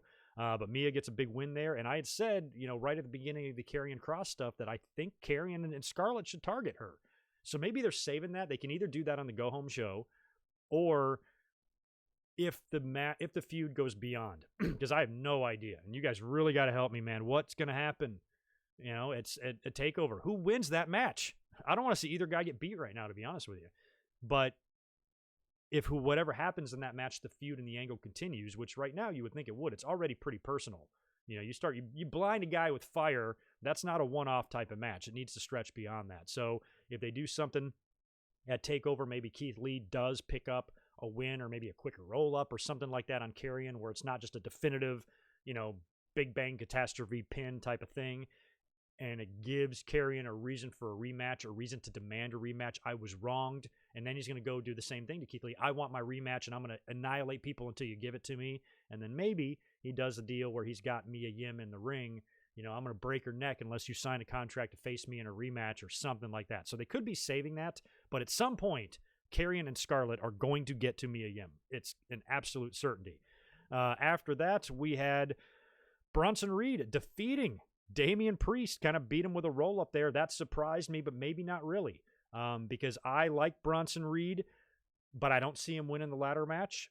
I do see Damian Priest winning the ladder match. I can see that happening. My pick right from the start was Johnny Gargano. I still have a chance for that to come true if he does win the second chance match next week. But that was just kind of my initial pick. Based on what I'm seeing now, I feel like it's going to be Priest, and especially him taking the loss here. Now Bronson Reed has got a clean victory over a guy that's going to be North American champion in a week. That kind of elevates him, and it doesn't damage Damien at all because he's about to win the title. So that was probably a good finish there to have, and it gives Bronson Reed a reason to get a title match after Damien wins. So what I would imagine is going to happen here, Priest will win the title, Bronson will get one of the very first title shots on NXT on a random Wednesday, and Priest will beat him, right? It's probably what's going to happen there. Next up, we had Mercedes Martinez and Aliyah taking on Casey Cadenzaro and Caden Carter. Robert Stone offered Casey a spot in his crew, and she's like, no, F off. Mercedes Martinez winds up pinning Casey after the air raid crash, and after the match, Aliyah just jumps in the ring trying to hug her and kiss her, and so excited and celebrating like a maniac, and Mercedes wants nothing to do with it. She's completely using Robert Stone just to pay her bills and check her mail. She doesn't seem interested in being a part of the team at all, and seems pretty much annoyed by Aliyah and all of her craziness. After that, Rhea Ripley shows up, and god damn it, why do they always have to play theme music? It just irks the shit out of me. I sometimes, like we've said a million times on this podcast, Sometimes it's okay. Best example of that, Mankind beating The Rock for the title, Austin's music playing, crowd shitting their pants, Mankind wins the belt, one of the best moments in wrestling history, but sometimes you don't need it. Sometimes you can be old school. Mercedes and Rhea have a beef. Mercedes and Rhea have got a match coming up. Rhea has a reason to want revenge. You don't need to play her music. She doesn't have to come out there and do her little stomping routine and jerk her jacket before she comes down to the ring. Just have her run out there. Just run out there and attack Mercedes Martinez and just brawl with her really hard. No music, no nothing. Don't even come down the aisleway. Jump through the barricade, through the plexiglass, and come through, slide under the ring, attack her, beat the shit out of her. I just really wish that part of wrestling would be a little bit more old school. You just don't need the music every time. WWE's obsessed with that, and it's why they're so overproduced. It's not realistic. It's not believable. You don't believe that Rhea Ripley hates Mercedes Martinez, because if you hate somebody so badly that you want to beat them up and attack them, you're not going to come out and do a whole little silly routine to your dumb theme music first. You're just going to run out there and beat the shit out of them, right? So it's just unrealistic. I hate it. It's always bothered me, and this was no different. They start to fight. Shotzi also shows up. She's in street clothes, and she helps Rhea Ripley dispose of Aliyah and Mercedes Martinez. She got her car stolen, which was sad. I didn't even know about this, and there was a video that had surfaced online, I think on her Twitter, that she had posted about them finding her car, and her precious helmet was still there. And it was really kind of heartwarming to see Shotzi Blackheart reunited with her helmet. So I'm glad that all worked out for her. I know that sucks. Talent has had belts, luggage, cars stolen a lot. Chris Jericho famously lost the AEW title right after winning it. Somebody took it right out of his car or right out of his bag, and took a while for him to get it back. So we're just happy for Shotzi. You know, she lost all of her gear, and I guess that was a helmet that was actually the one she's been using for so long. That's why it was so important to her. So I'm glad that all worked out for her. After that, we had a wonderful dinner with the Garganos. I love these segments. This one was fucking great. They're both wearing like workout jogging suits or whatever they're called, kind of like matching ones. And Candace is sitting on the couch, and she takes a couple of shots at Tegan Knox. Johnny Gargano is on a ladder changing a light bulb in the dining room, and he's talking about his second chance match next week with Ridge Holland. They talk a little bit more smack, and then they decide to go to bed, and they're like walking up the stairs. And as they're going to bed, Johnny Gargano says goodnight to the picture of Doc Hendricks on the wall. That stuff I like. You know, that's one part of NXT that I'm glad that they do these little segments, because I always credit AEW Dynamite so much for giving us a little bit more variety. Yes, we get good wrestling, but we always get a little bit of comedy and stuff like that. I feel like they have a little bit more of a well-rounded wrestling show where you get wackiness, you get violence, you get all sorts of everything. There's something for everybody on the show type of thing, where NXT seems, you know, kind of very, I don't want to say one-dimensional, maybe two-dimensional. So the fact that we have stuff like this, I always enjoy these little segments with the Garganos. This one was no different, and I love Johnny and Candace. Now, I had originally picked Gargano to win the North American title when Keith Lee beat Adam Cole. I'm like, there's no way he's going to keep that title. They're probably going to vacate it. They'll do a tournament or something, and I think Gargano should take it. They decided to do the ladder match instead with a whole bunch of qualifying matches, and Gargano lost the very first one. And as soon as that happened, somebody asked me on Twitter, well, Greg, what's your prediction now? Gargano was out. And I said, still Gargano. He's going to worm his way back in there some way or somehow. I thought he was going to do it in a heelish way, attack somebody, take their place or something, but he didn't have to do anything to get the opportunity. William Regal made the second chance matches where everybody in the triple threats who were not involved in a finish will get an opportunity to wrestle again and get their shot at the ladder match. So Gargano's going to have to take on the very impressive Ridge Holland. So I don't know how he's going to wind up beating Ridge Holland unless he really gets lucky with a DQ or a count out here. Ridge Holland is very impressive. Seems like they got a lot of newer guys in this ladder match anyway. So even though I still kind of want to predict Gargano, I'm starting to feel like that's less and less likely. And I think Damian Priest is the more likely option here. But by the time we get to Thursday and I do my predictions video, I will have a definitive answer for you there. But I still kind of holding out hope that it will be Johnny. But I'm looking forward to that match. Johnny and Ridge. Ridge is going to toss him around like a little toy next week. It's going to be good stuff. After that was the main event. This was the triple threat match to insert another competitor into the ladder match, and then whoever does not take the finish in this match will face Finn Balor next week in the other second chance match. This was pretty good, and we had another. I like the fact that they're loading up this ladder match with people that we haven't really seen get a lot of title shots here, and this was a pretty good match. I really enjoyed the finish because it was kind of interesting. I think Velveteen. Well, let's backtrack a minute. I'm getting way ahead of myself here.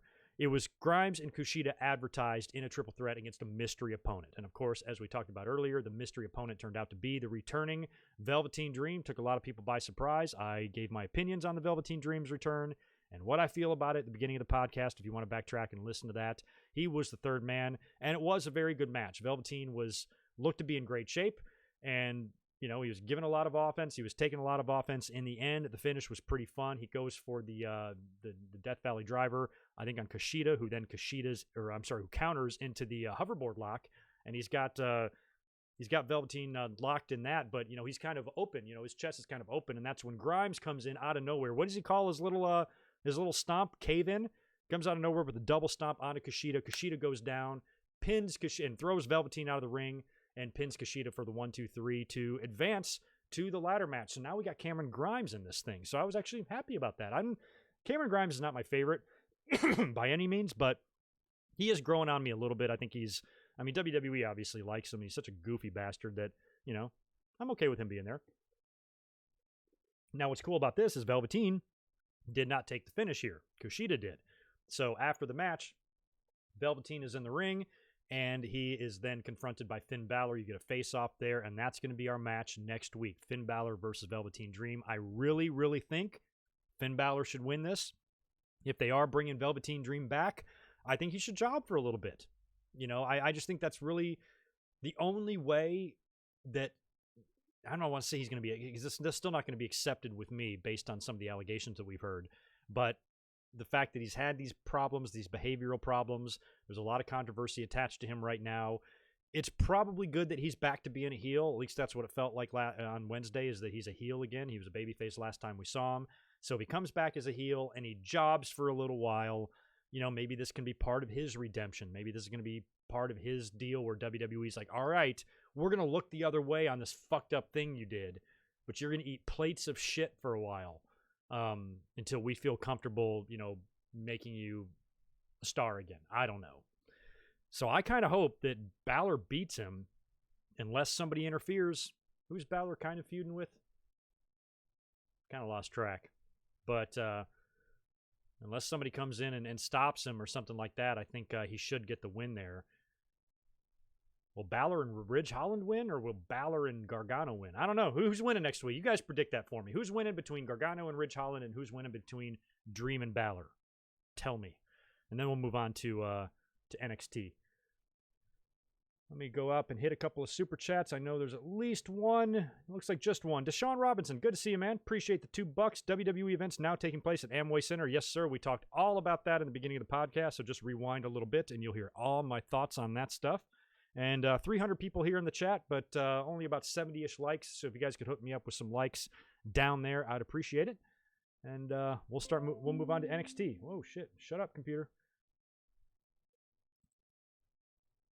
Let me turn that down a bit. All right, cool. All right, so that leaves us. We'll wrap up the podcast this week with AEW Dynamite. And like I said, viewership for both shows is a little bit down this week, but still big win for AEW, and especially a big win in that key demo. Now, like I said earlier, big news for next week. NXT will run unopposed. AEW's bumped Dynamite to Saturday the 22nd, 1 week from today, which will go head-to-head with TakeOver. And like I said, I'll be up here Saturday night to do a review of TakeOver. Not sure if I will include Dynamite in that or not. Just depends, but you will see me Saturday night for a big podcast after the show.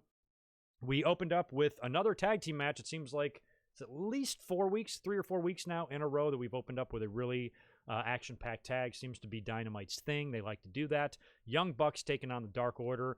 Fun match in the end. Nick Jackson rolled up Evil Uno there for the win, but pretty typical stuff that you would see out of the Bucks and the Dark Order, but not much else to say about it other than that. But it was a decent action-packed opener. Excuse me. After that, we had another marvelous MJF campaign promo. This one was interesting for a couple of reasons because, Yes, let me pause right here and shout out Joseph Finchman. Appreciate for the $5, dude. What's up, Greg? Got my 10-year-old daughter watching stream tonight. Can you give her a shout? Name's Reagan. Absolutely. good to see you, Reagan. Thank you for being here. And I was worried there for a minute. You said you had a 10-year-old daughter. I'm like, has my language been okay? I apologize if I said some naughties earlier on. Cover your ears. Earmuffs, Reagan. But good to see you guys in here, and absolutely yes to your shout out to your daughter. And thanks for joining us. But anyway, I want to talk about that MJF campaign promo because this was just marvelous stuff. He's got the ring all set up. He's got the podium, the red carpet. He's got the assistant, what's her name, Nina or something, that he treats like garbage. He's got the new poll numbers are up. Now it's MJF plus 500%, Jon Moxley negative 1,000%. So I always like seeing that stuff. MJF treats his assistant, like I said, like crap. And then goes on to lay down in the ring. I found this interesting because they got the red carpet there. He lays down flat on his back and just starts cutting a promo on his back. And they had the really cool like overhead shot of like kind of zooming in. It was different. I've never seen a promo like that ever. You know, I've seen some sitting down promos and shit like that, but nobody ever just like laying down in the ring, you know, with the overhead view. I just thought it was a cool visual. So I like that. But Moxley seems to think that, or I'm sorry, MJF seems to think that Moxley is not there, but he clearly is there because it's advertised to be there. So he's talking all this smack. He thinks that he doesn't have anything to worry about. And then Moxley's music starts playing. And then MJF instructs all of his minions to go out into the audience because he always comes through the crowd. Go up there and go head him off the pass or whatever, leaving MJF all by himself in the ring. And he knew it. I even said it out loud. I'm like, Mox is going to come through the tunnel. So all of his guys are gone, and sure enough, Mox comes right through the ramp, gets in the ring, beats the crap out of MJF, hit him with a paradigm shift, and goes on to cut a promo to say that they're not even close to being done. They're not even close to even. I might have just beat your butt in the ring right now, but, you know, you wait until All Out when I absolutely murder you. And I like that. I like Moxley, you know, he's very Stone Cold-like. You know, he doesn't care who his opponent is or how many friends and backup he or how much backup he has. He will take it to him. He will swerve him. He'll sneak in there and get his revenge. He's absolutely fearless. And I don't think, I mean, MJF being world champion one day, yes, at least in AEW, because he's just phenomenally good on the mic. He's getting better and better in the ring, and he'd make a great character, you know. I mean, if WWE put the belt on The Miz in 2011, why wouldn't AEW put the belt on MJF in 2020? You know what I mean? So I think there's a very good chance, but I almost kind of want it to stretch out a little more. MJF hasn't really lost a major match in the ring yet. Maybe this should be the one that he does. But I don't know. I think a lot of people are ready for Mox's run to end, and a lot of people feel like MJF is the guy. I'm torn on it. I'm not saying I would be disappointed at all if MJF won the title. Hell no. I'd be thrilled. But at the same time, I'd be okay with them holding off too. So much like Lee and Cross, I just don't know with these two. Just don't know. And I don't know what I want. I'm so indecisive. So you guys help me with that. After that, we had a Matt Hardy promo. He has got a ton of stitches across his forehead from the botched chair shot last week by Sammy Guevara. And in a very odd dose of coincidence there, he says that he's going to be cleared, coincidentally, 10 days from then, which just happens to be August 22nd on Dynamite. So I think that's going to be the Saturday match that they're going to have there, Matt Hardy versus Sammy Guevara on that 8/22 Dynamite. So that's good. But yeah, he's still got that huge gaff in his forehead. He's pretty mad at Sammy. Sammy was talking smack to him on social media, which is also pretty fun. After that, we had the TNT title match between Cody and Scorpio. This was announced the previous week, and it was announced earlier on in the day prior to Dynamite that the TNT Championship belt is finally complete. They have got the finished product done. No more Bud Light can or no more Budweiser can belt. You now have the completed product. It's gold-plated, and it looks a lot better, and it looks a lot more like a championship belt. And as good as it looked, and as a lot better that it looked than before, I still am not a giant fan of that championship. I'm just not. Even gold, it still kind of looks the way the silver one did a little bit, and it's a lot better. I'll totally admit that, but still not my favorite belt in wrestling. Better than the 24/7, but I think there are plenty of, and maybe, you know what, it's better than the Intercontinental title too, because I hate that title. But those are the only two belts that I think I hate worse than this TNT Championship, and even though the gold plating was an improvement, still not my favorite.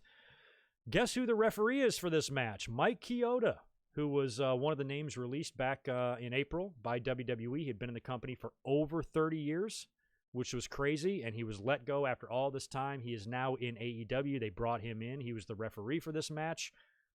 Mike looked a little bit out of shape. Not his fault. He's a lot older now. He's probably in his 50s.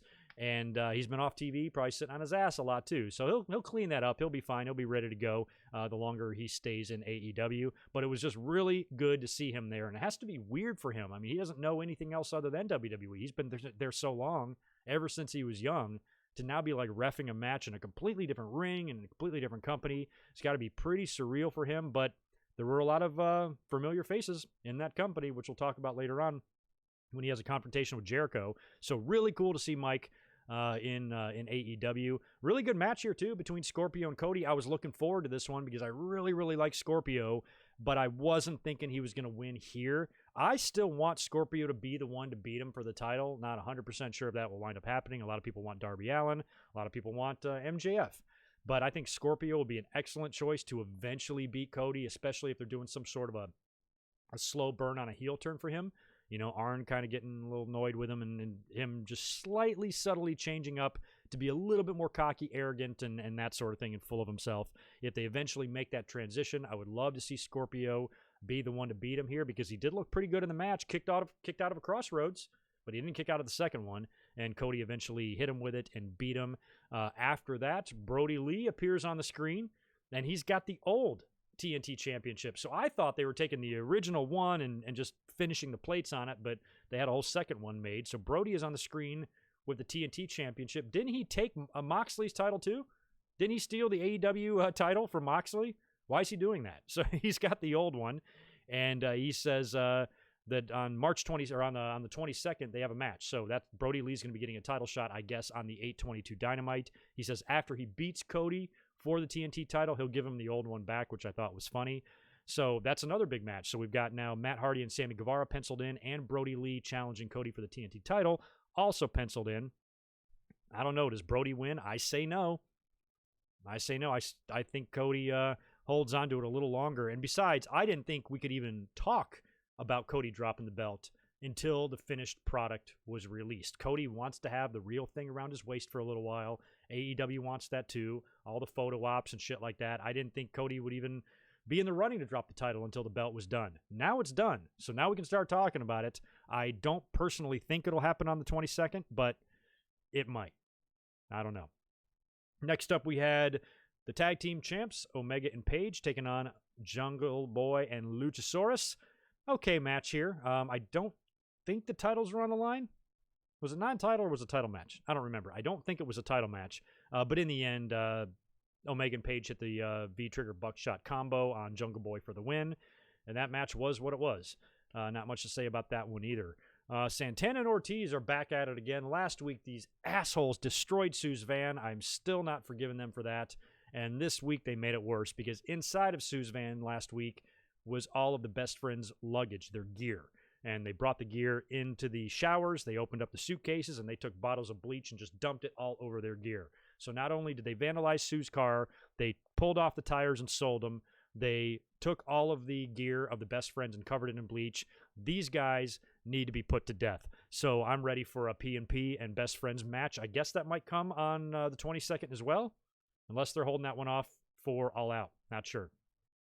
The next segment up was pretty kind of all over the place, but it was still kind of cool. It was Tag Team Appreciation Night on Dynamite, and they had this big segment in the ring where you had the FTR, you had Tully and Arn, Brainbusters, you had the Rock and Roll Express, and the Young Bucks all in the ring at the same time. That was a pretty awesome visual. And it was a pretty fun segment, especially with Tully, because at the beginning, it was this love fest. It was all four teams sucking each other's dicks. The whole time, Tully just seems annoyed. He's kind of shaking his head. Finally grabs the mic. He's like, all right, enough of this nonsense. And goes on to just cut a promo on everybody in the ring. It's great. Shawn Spears even starts coming down the rampway, and Arn is like, you know what? I see what's going on here. I'm going to get out of here. I'm not stupid. And he decides to just powder out. We then have Ricky Morton, who just rears back and punches Tully Blanchard right in the face, kind of a pull apart with all the talent there. Dax feigns a knee injury. He goes down. He's kind of been having this knee issue the past few weeks on Dynamite. He falls down. He seems annoyed that the knee is given out on him again. And that's when I think I think there's who came out to the ramp there. Somebody gets distracted. So basically the Bucks and Shawn Spears and Tully and everybody, they're up the ramp, leaving the Rock and Roll Express and the injured FTR in the ring.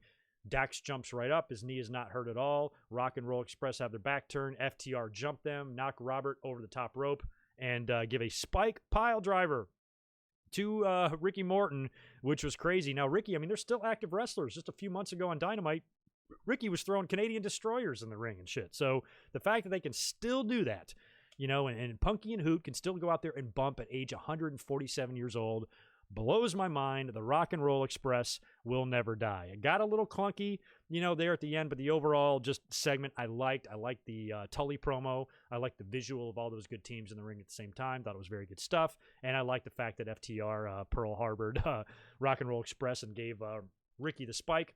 Good stuff. After that, we cut backstage to a Mike Chioda interview with Alex Marvez. They welcome him to AEW, and Jericho shows up. Jericho interrupts and acts all chummy with Mike, calls him, we call him Chi-Chi or something like that, or some nickname that he had for him. And he goes on to say, and you guys have to help me out what Jericho was talking about because I have no idea. But Jericho was like, you know, we've had some times together, and Chioda's, you know, reffed a lot of Jericho's matches in the WWE. And Jericho goes, you know, remember when I saved your job 18 years ago? What is he talking about? 18 years ago was 2002, right? Plane ride from hell? I don't know. I have no idea what the backstage news story on that is. Maybe there's some old story that I'd forgotten about. I never knew that Chioda was ever on the verge of being fired. I know years later in like 2008 when Jericho had that cage match with Batista, the Batista and the referee got in trouble for the blading and stuff, but that was way after that. So I have no idea what Jericho's alluding to there unless he just made it up. But when he says 18 years ago and you do the math, that's 2002. The only thing I can think of is the plane ride from hell. But I never heard any Mike Chioda stories about the plane ride from hell. We heard everything else. We heard the Scott Hall stuff and the Xbox stuff and the Doc Hendricks stuff and the Vince McMahon and Kurt Angle stuff, but nothing about Goldust and Perfect, but nothing about Mike Chioda. So I have no idea what Jericho was referencing there, but basically insinuates the fact that, you know, Chioda would have been fired long ago. And hey, if you do the right thing in my match later with Orange Cassidy, because Mike is going to be the ref for that, if you do the right thing, maybe I'll actually be able to get you a job here in AEW. And I'm like, well, Jericho, what do you think he has? He just reffed a match. He's reffing years later. I think he has a job. So Jericho kind of threatens him with that. Funny segment there. After that, we had women's champion Hikaru Shida defeating Heather Monroe. Not much of a match there either. Very quick. Pretty much a squash for Hikaru Shida. We all love Shida. But again, the women's division is atrocious in AEW, and it needs some serious work. And they need to get on that because one thing I have always praised AEW for is not ignoring their audience, is not doing what WWE does and just turning a blind eye to them and saying, oh, no matter what they say, no matter what they clamor for on social media, we don't care. AEW seems to care, and they have made some adjustments once they've, you know, fielded all the criticisms from the audience and stuff. This is something to where, you know, yeah, they've got some restrictions on them. Yeah, not all the talent is accessible due to COVID, and it's really hard to, you know, to grab people internationally and stuff, but you know, and you got injuries and you got a lot of things plaguing the women's division. But, you know, if you've got a women's community and you still got a paywall of $50, I think you need to do a little bit better than what you're doing. And the last couple of weeks on Dynamite, we've had about 4 minutes of women's wrestling. That's not enough. So we'll see if they can really finally get on the ball there. I think they will be able to, but it's just going to take some time. I thought they would have had some improvements by now, and we haven't seen that yet. Next up, we cut backstage. I found this entertaining. I'm liking Lance and Lance Archer more and more every week because he's funny. He just beats the crap out of people in the background, just these nameless guys. Jake Roberts is cutting a promo, and behind Jake, Lance Archer is just beating the shit out of a guy, just throwing him all over the locker room and shit. And then he keeps asking Jake, like, to say the catchphrase, and Jake's not ready because he's busy cutting his promo, and Lance gets mad and then rips off Jake's shirt to reveal the phrase "everybody dies" on the back of Jake Roberts, like painted on with spray paint or something. So I have no idea what that's about, but I still found the segment funny. A few weeks ago when Lance put that dude through the ceiling tile, I've been laughing ever since. So I got a kick out of that segment. And that brings us to the main event, the $7,000 obligation match. Chris Jericho versus Orange Cassidy. If Jericho wins, Cassidy must pay $7,000 for the jacket that he soiled with the demonic orange juice. Like I said, Mike Chioda is the referee for this thing. Pretty good match, but they fought. What was the I forgot what the hell the show was now. Was it Fyter Fest or whatever it was that Jericho and Cassidy had their match? That one was better than this one. This was still good, but it didn't have the same feel as their last one did. I was very much into that last match, but Cassidy was still impressive. He was more like a house of fire in this because he even cut the promo on Jericho last week in the debate, and you could tell he wasn't going to be the same old just hands in the pockets guy, even though he did do a little bit of that, and really took it to Jericho here. Mike Chioda did call it down the middle, just like he said. Jericho grabbed a baseball bat at one point and told Mike Chioda to look away, and Mike Chioda refused, even took the baseball bat away from Chris Jericho. The Best Friends and Proud and Powerful, I think, arrive on the ramp there, and they start brawling. That distracts Mike Chioda as he's busy worrying about what they're doing. Jake Hager slides under the bottom rope, nails Orange Cassidy, and the referee doesn't see it. He turns around. Jericho pins Cassidy, but Cassidy kicks out at 2. After that, Jericho hides a low blow from Mike Chioda and then goes for the Judas effect, which he misses. Cassidy ducks it, rolls Jericho up in this little cradle thing, which Taz referred to as a mousetrap, and got the pin. Got a huge victory over Jericho, and that did not surprise me at all. I predicted Cassidy right from the start. You can tell that Jericho enjoys working with him, giving him all this rub, all of these segments, and when he fought him the first time, it was pretty obvious Jericho was going to win, but the second time, it doesn't benefit anybody for Jericho to win. Like, he should go down here and make Orange Cassidy, and I was 100% convinced that that's what Jericho was going to do, especially in AEW. You don't have Vince there to change his mind, say, oh, no, I don't want my star to lose. Jericho was probably calling a lot of the shots here, and why not make a kid? We don't want to be the company known as WWE Castoffs. Let's make some of our own. No better way of doing that than giving a guy that, just a year ago was just an indie darling beating a Hall of Famer. So that's a pretty big deal. It was a great win for Orange Cassidy. The finish did not look wonderful. A little janky, not very good in the pinning combination there. It seemed like Jericho had trouble rolling over and taking the pin. He's 50 years old, so let's cut him a break. But in the end, still really happy for Orange Cassidy. That was a win that he needed to have. For Jericho to Judas affect him again and pin him would have benefited no one. And, Jericho is at the stage of his career. He can lose to anybody. He can have a match with Mike Chioda and lose to Mike Chioda and could still come back and win the AEW title again one day. That's the level that Jericho's at. So I did not think that a loss to Cassidy would do anybody any good, and I'm glad to see that he won because I'm a big Orange Cassidy fan. Dude's talented, and I think his character will continue to evolve. You still have people, you still have those dumbass fans that love to repeat little phrases they hear, like Mud Show and shit, and they're convinced, that Cassidy can't wrestle and is bad for wrestling. I'm like, dude, Jericho, 30-year veteran, future Hall of Famer, 936-time world champion, is willing to put this kid over. And yet you're going to pass judgment, you little shit? F off. Let the professionals do what they have to do, and you just sit there and keep eating Oreos and shut up. So I think Cassidy will continue to grow. I think his character will continue to evolve. And you might not see Cassidy just be that guy that sits there with his hands in his pockets. He might change, be a little bit more aggressive here or there, but still have that silliness to his character. The Rock had that. The Rock, the first time we saw the People's Elbow was the most ridiculous move in the history of wrestling. And Rock was always viewed as a legit competitor. Yes, he was a lot bigger, but, size doesn't really matter anymore. How much bigger is Adam Cole than Orange Cassidy? That would be a match. Have we gotten that one before? On the indies somewhere? Cole and Cassidy. I'd pay to see that one. So anyway, good match for Cassidy. This could be the beginning of something bigger for him. He could at least maybe be on a Darby Allin level or something, and maybe we could start talking some championships for him. And I don't know if AEW will ever introduce like a light heavyweight title or something like that, but that could be something for Cassidy. And for him to beat Jericho like that, a main event of a TV show, I think is great. I was happy for him. And I think that was the outcome that needed to happen. Now, who am I going to pick for this week? I do that every week. I decide which show I like better. It was close again this week. Now, I think I've been 5 weeks in a row picked Dynamite. Streak ends today. I'm picking NXT. I think NXT was the better show this week, but not by much. I don't think either show was that great. I think they were both letdowns from the previous week. I almost felt like they were kind of even, but if I had to pick, I'm going to give the nod a little bit to NXT just because of the matches they're setting up with TakeOver, the McAfee and Cole stuff, the Lee and Cross and the Fireball. I did not like the return of Velveteen Dream, but you are setting up some pretty interesting matches to finalize the field for the ladder match.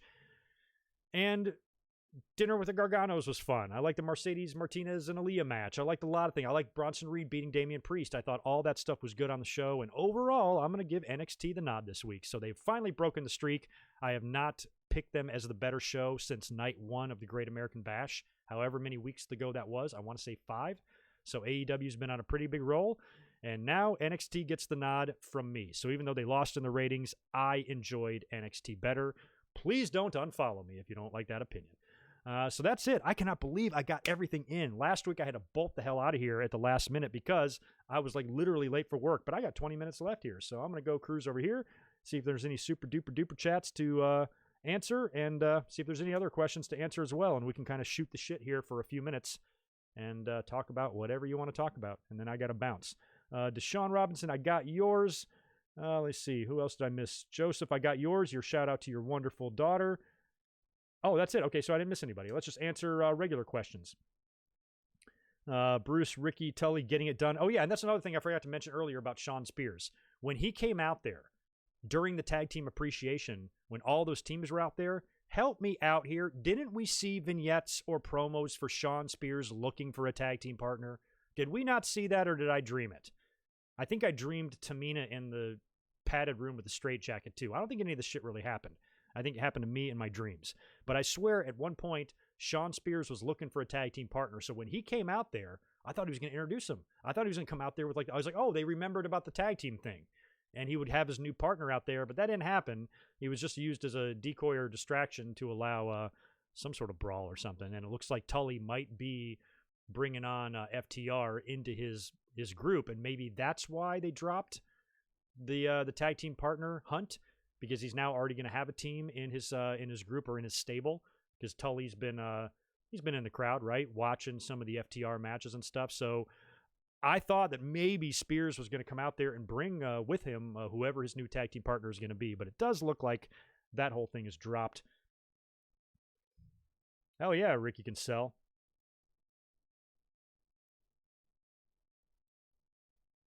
Oh, yeah. Zane, Eric Rowan. I think Eric Rowan did an interview about the cage and talked a little bit about some of the plans for what was going to be inside that cage. And something about a babyface was going to kill the animal that was in the cage, but that person turned heel. I don't know who he was talking about there. I did see a little bit of that, but I didn't write it down. I didn't even read the whole interview. But I'm not sure. No, yeah, so no, I didn't dream that, right? Oh, Ryan, I liked Dakota and EO's video packages on NXT. I didn't mention that here, but I did see them. I liked EO throwing shade. That was kind of cool. She goes, you were just like a little scared little girl running away from Shayna Baszler and some of the other things she said. Nobody knew who you were until you turned on Tegan at War Games and stuff like that. So I love EO. I mean, it's like Asuka and EO for me is like my top females in the company. I got to go Asuka. I mean, 8 months ago it was Rhea. Rhea was all 5 of my top 5s. Now that's drastically changed. Now I'm an Asuka guy. I'm an Io Shirai guy. I love Sasha and Bayley both almost equally. I still like Shayna Baszler. I still like Rhea. And I like Mercedes Martinez. That's some fucking talent, man. Just saying those names right there.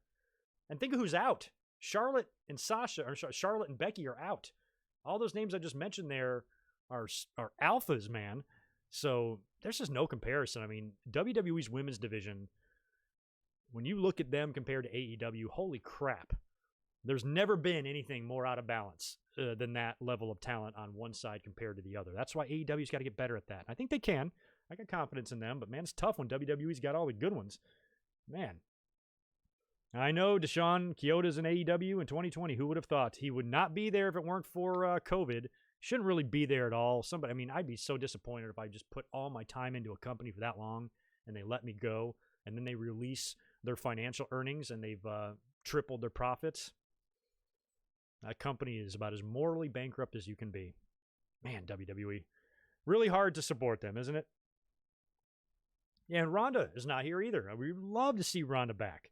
Imagine if we get Ronda and Becky and Charlotte back, along with Asuka and Sasha and Bayley and Rhea and Mercedes. And my God, they got some talent, man. Transferring Heat podcast. Sorry, I missed that earlier. Has AEW dropped the ball with monsters? They've all come in and gotten beat.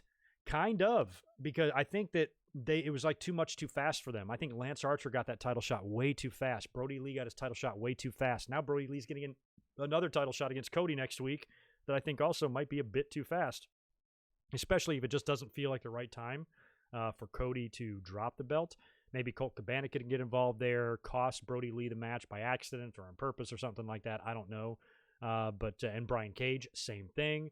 Title shot way too quick.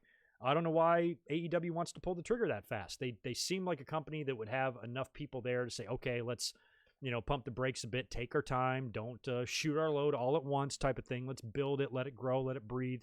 And there's a couple of cases there where they haven't done that, and it all seems to be with the larger wrestlers. So you're right. I don't know why they do that, but I do think that's a problem. When you give Brian Cage a title match in his first match, he wins the poker chip, then he's got a match with Moxley. You got nothing else to do with him but bring back a phony title. Now you got two fake titles in that company. You got the FTW and you got the silver TNT Championship that Brody's carrying around. So yeah, I agree. They dropped the ball for sure.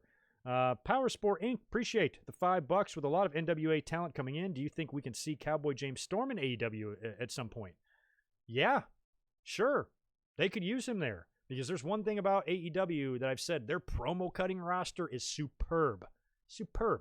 They got some of the best promo cutters, not only currently in wrestling, but in the history of wrestling. Look at what Tully said. They got Jake. They got Jericho. They got everybody. Moxley can cut promos. Brody can cut promos, even though people really don't like Brody. Yeah, they got a strong Taz. Taz is there. I mean, think of all the people in that company that can cut promos. James Storm would just be one more guy, and I'd be totally into it. It'd be really cool if WWE would release Robert Roode. Get some beer money together up in there. Divine Ricks, appreciate the $5 as well. What's up, Greg? If you was to go to any past WrestleMania live, which one would you attend? I would attend WrestleMania 17. I might be with you on that. Because I was at 3, so I've already seen the best one. Other than 17, I'd go 10.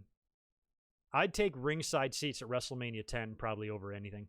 Right there in the Garden, watching Brett and Owen and watching Brett win the belt, watching the ladder match. Aside from 17, I'm going to go 10. But yeah, I'm kind of with you on that. 17 would have been fun to have been there. Divine also loves Bianca Belair. So do I. Did you guys catch her SmackDown gear last night? The Battle Royal looked really good. The blue stuff. I liked it. Rumors of Renee Young in a managerial position? That's not for her. I hope not. I don't want to see her there.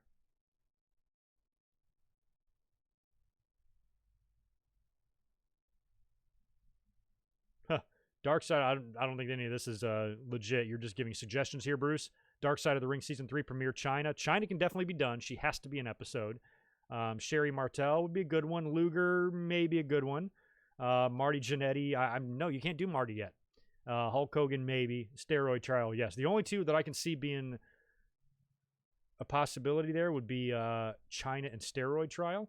Marty, you can't do because, like I said, his story's not done being told. I think for a Dark Side of the Ring, somebody has to be like completely 1,000,000% rehabilitated or dead. One or the other. Marty is on Facebook confessing to murder up until 14 days ago, so you can't really do a documentary on him yet when he has chapters yet to write. Hogan, same thing. His story is not totally over yet, but maybe should be. Luger, maybe. They did the Savage and Liz one already, so Luger would be awfully close to that with the Elizabeth stuff. And Sherry would be a good one as well. I'm ready for the listing to come out on that for Season 3. I want Season 3 of Dark Side of the Ring, and I want Season 3 of Cobra Kai. Damn it. What is taking so long? I don't know if that's necessarily true, Bruce. I think Tessa will come in somewhere. I wouldn't want to touch her. I wouldn't blame AEW or WWE for not touching her, but I think one of them will. Ooh, Mania 30 would be a good one. I'd like to be close by. The guy that made the face during the Taker and Brock match? I want to be sitting right next to him. Just me and him, sharing beers. That's where I would want to be sitting if I was at WrestleMania 30. No, Barry, but I heard about it. WWE has added, some independent shows to the network. I heard about it, but haven't taken a look yet. What's on there? Really hope HBK reaches out to Marty. I don't know. I don't know if he will. I don't think anybody wants to touch Marty either. DDP wants nothing to do with him.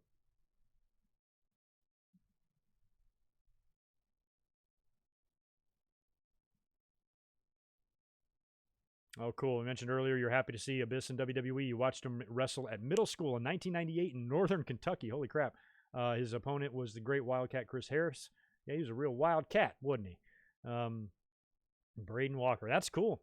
Yeah, just seeing that. I mean, that had to be great for like just like TNA diehards and TNA fans from back in the day. I know I spent a lot of time criticizing AEW. Keep saying AEW or TNA 10 years ago and stuff, but it was still cool to see Hardy and AJ and Abyss all in the same spot. And I think we're going to see more of Joseph Parks. I hope so. He's too good not to put on TV. He's got that face. Everything about him's fantastic. Can't imagine him wrestling again, but, you know, to see him out there on TV, I think might be fun. He's a character.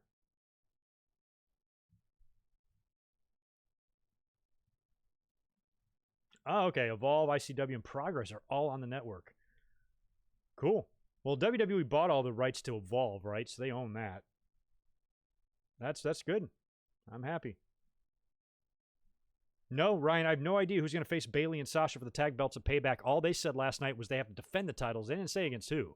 So maybe we wait until after SummerSlam. How is this going to work? They're promoting a pay-per-view before they even get to SummerSlam, and that means on both post-SummerSlam shows will also act as go-home shows for Payback. What is wrong with them? They couldn't put it a week later? 2 weeks later? Why is Payback on the 30th? That makes no damn sense at all. Oh, yeah, we just talked about that show a little while ago, Bruce. Yeah, being at that Raw. I've been to some great Raws, but I would have loved to be there. That was in Albany? Maybe it was in New York somewhere. Nassau? I forgot where that was.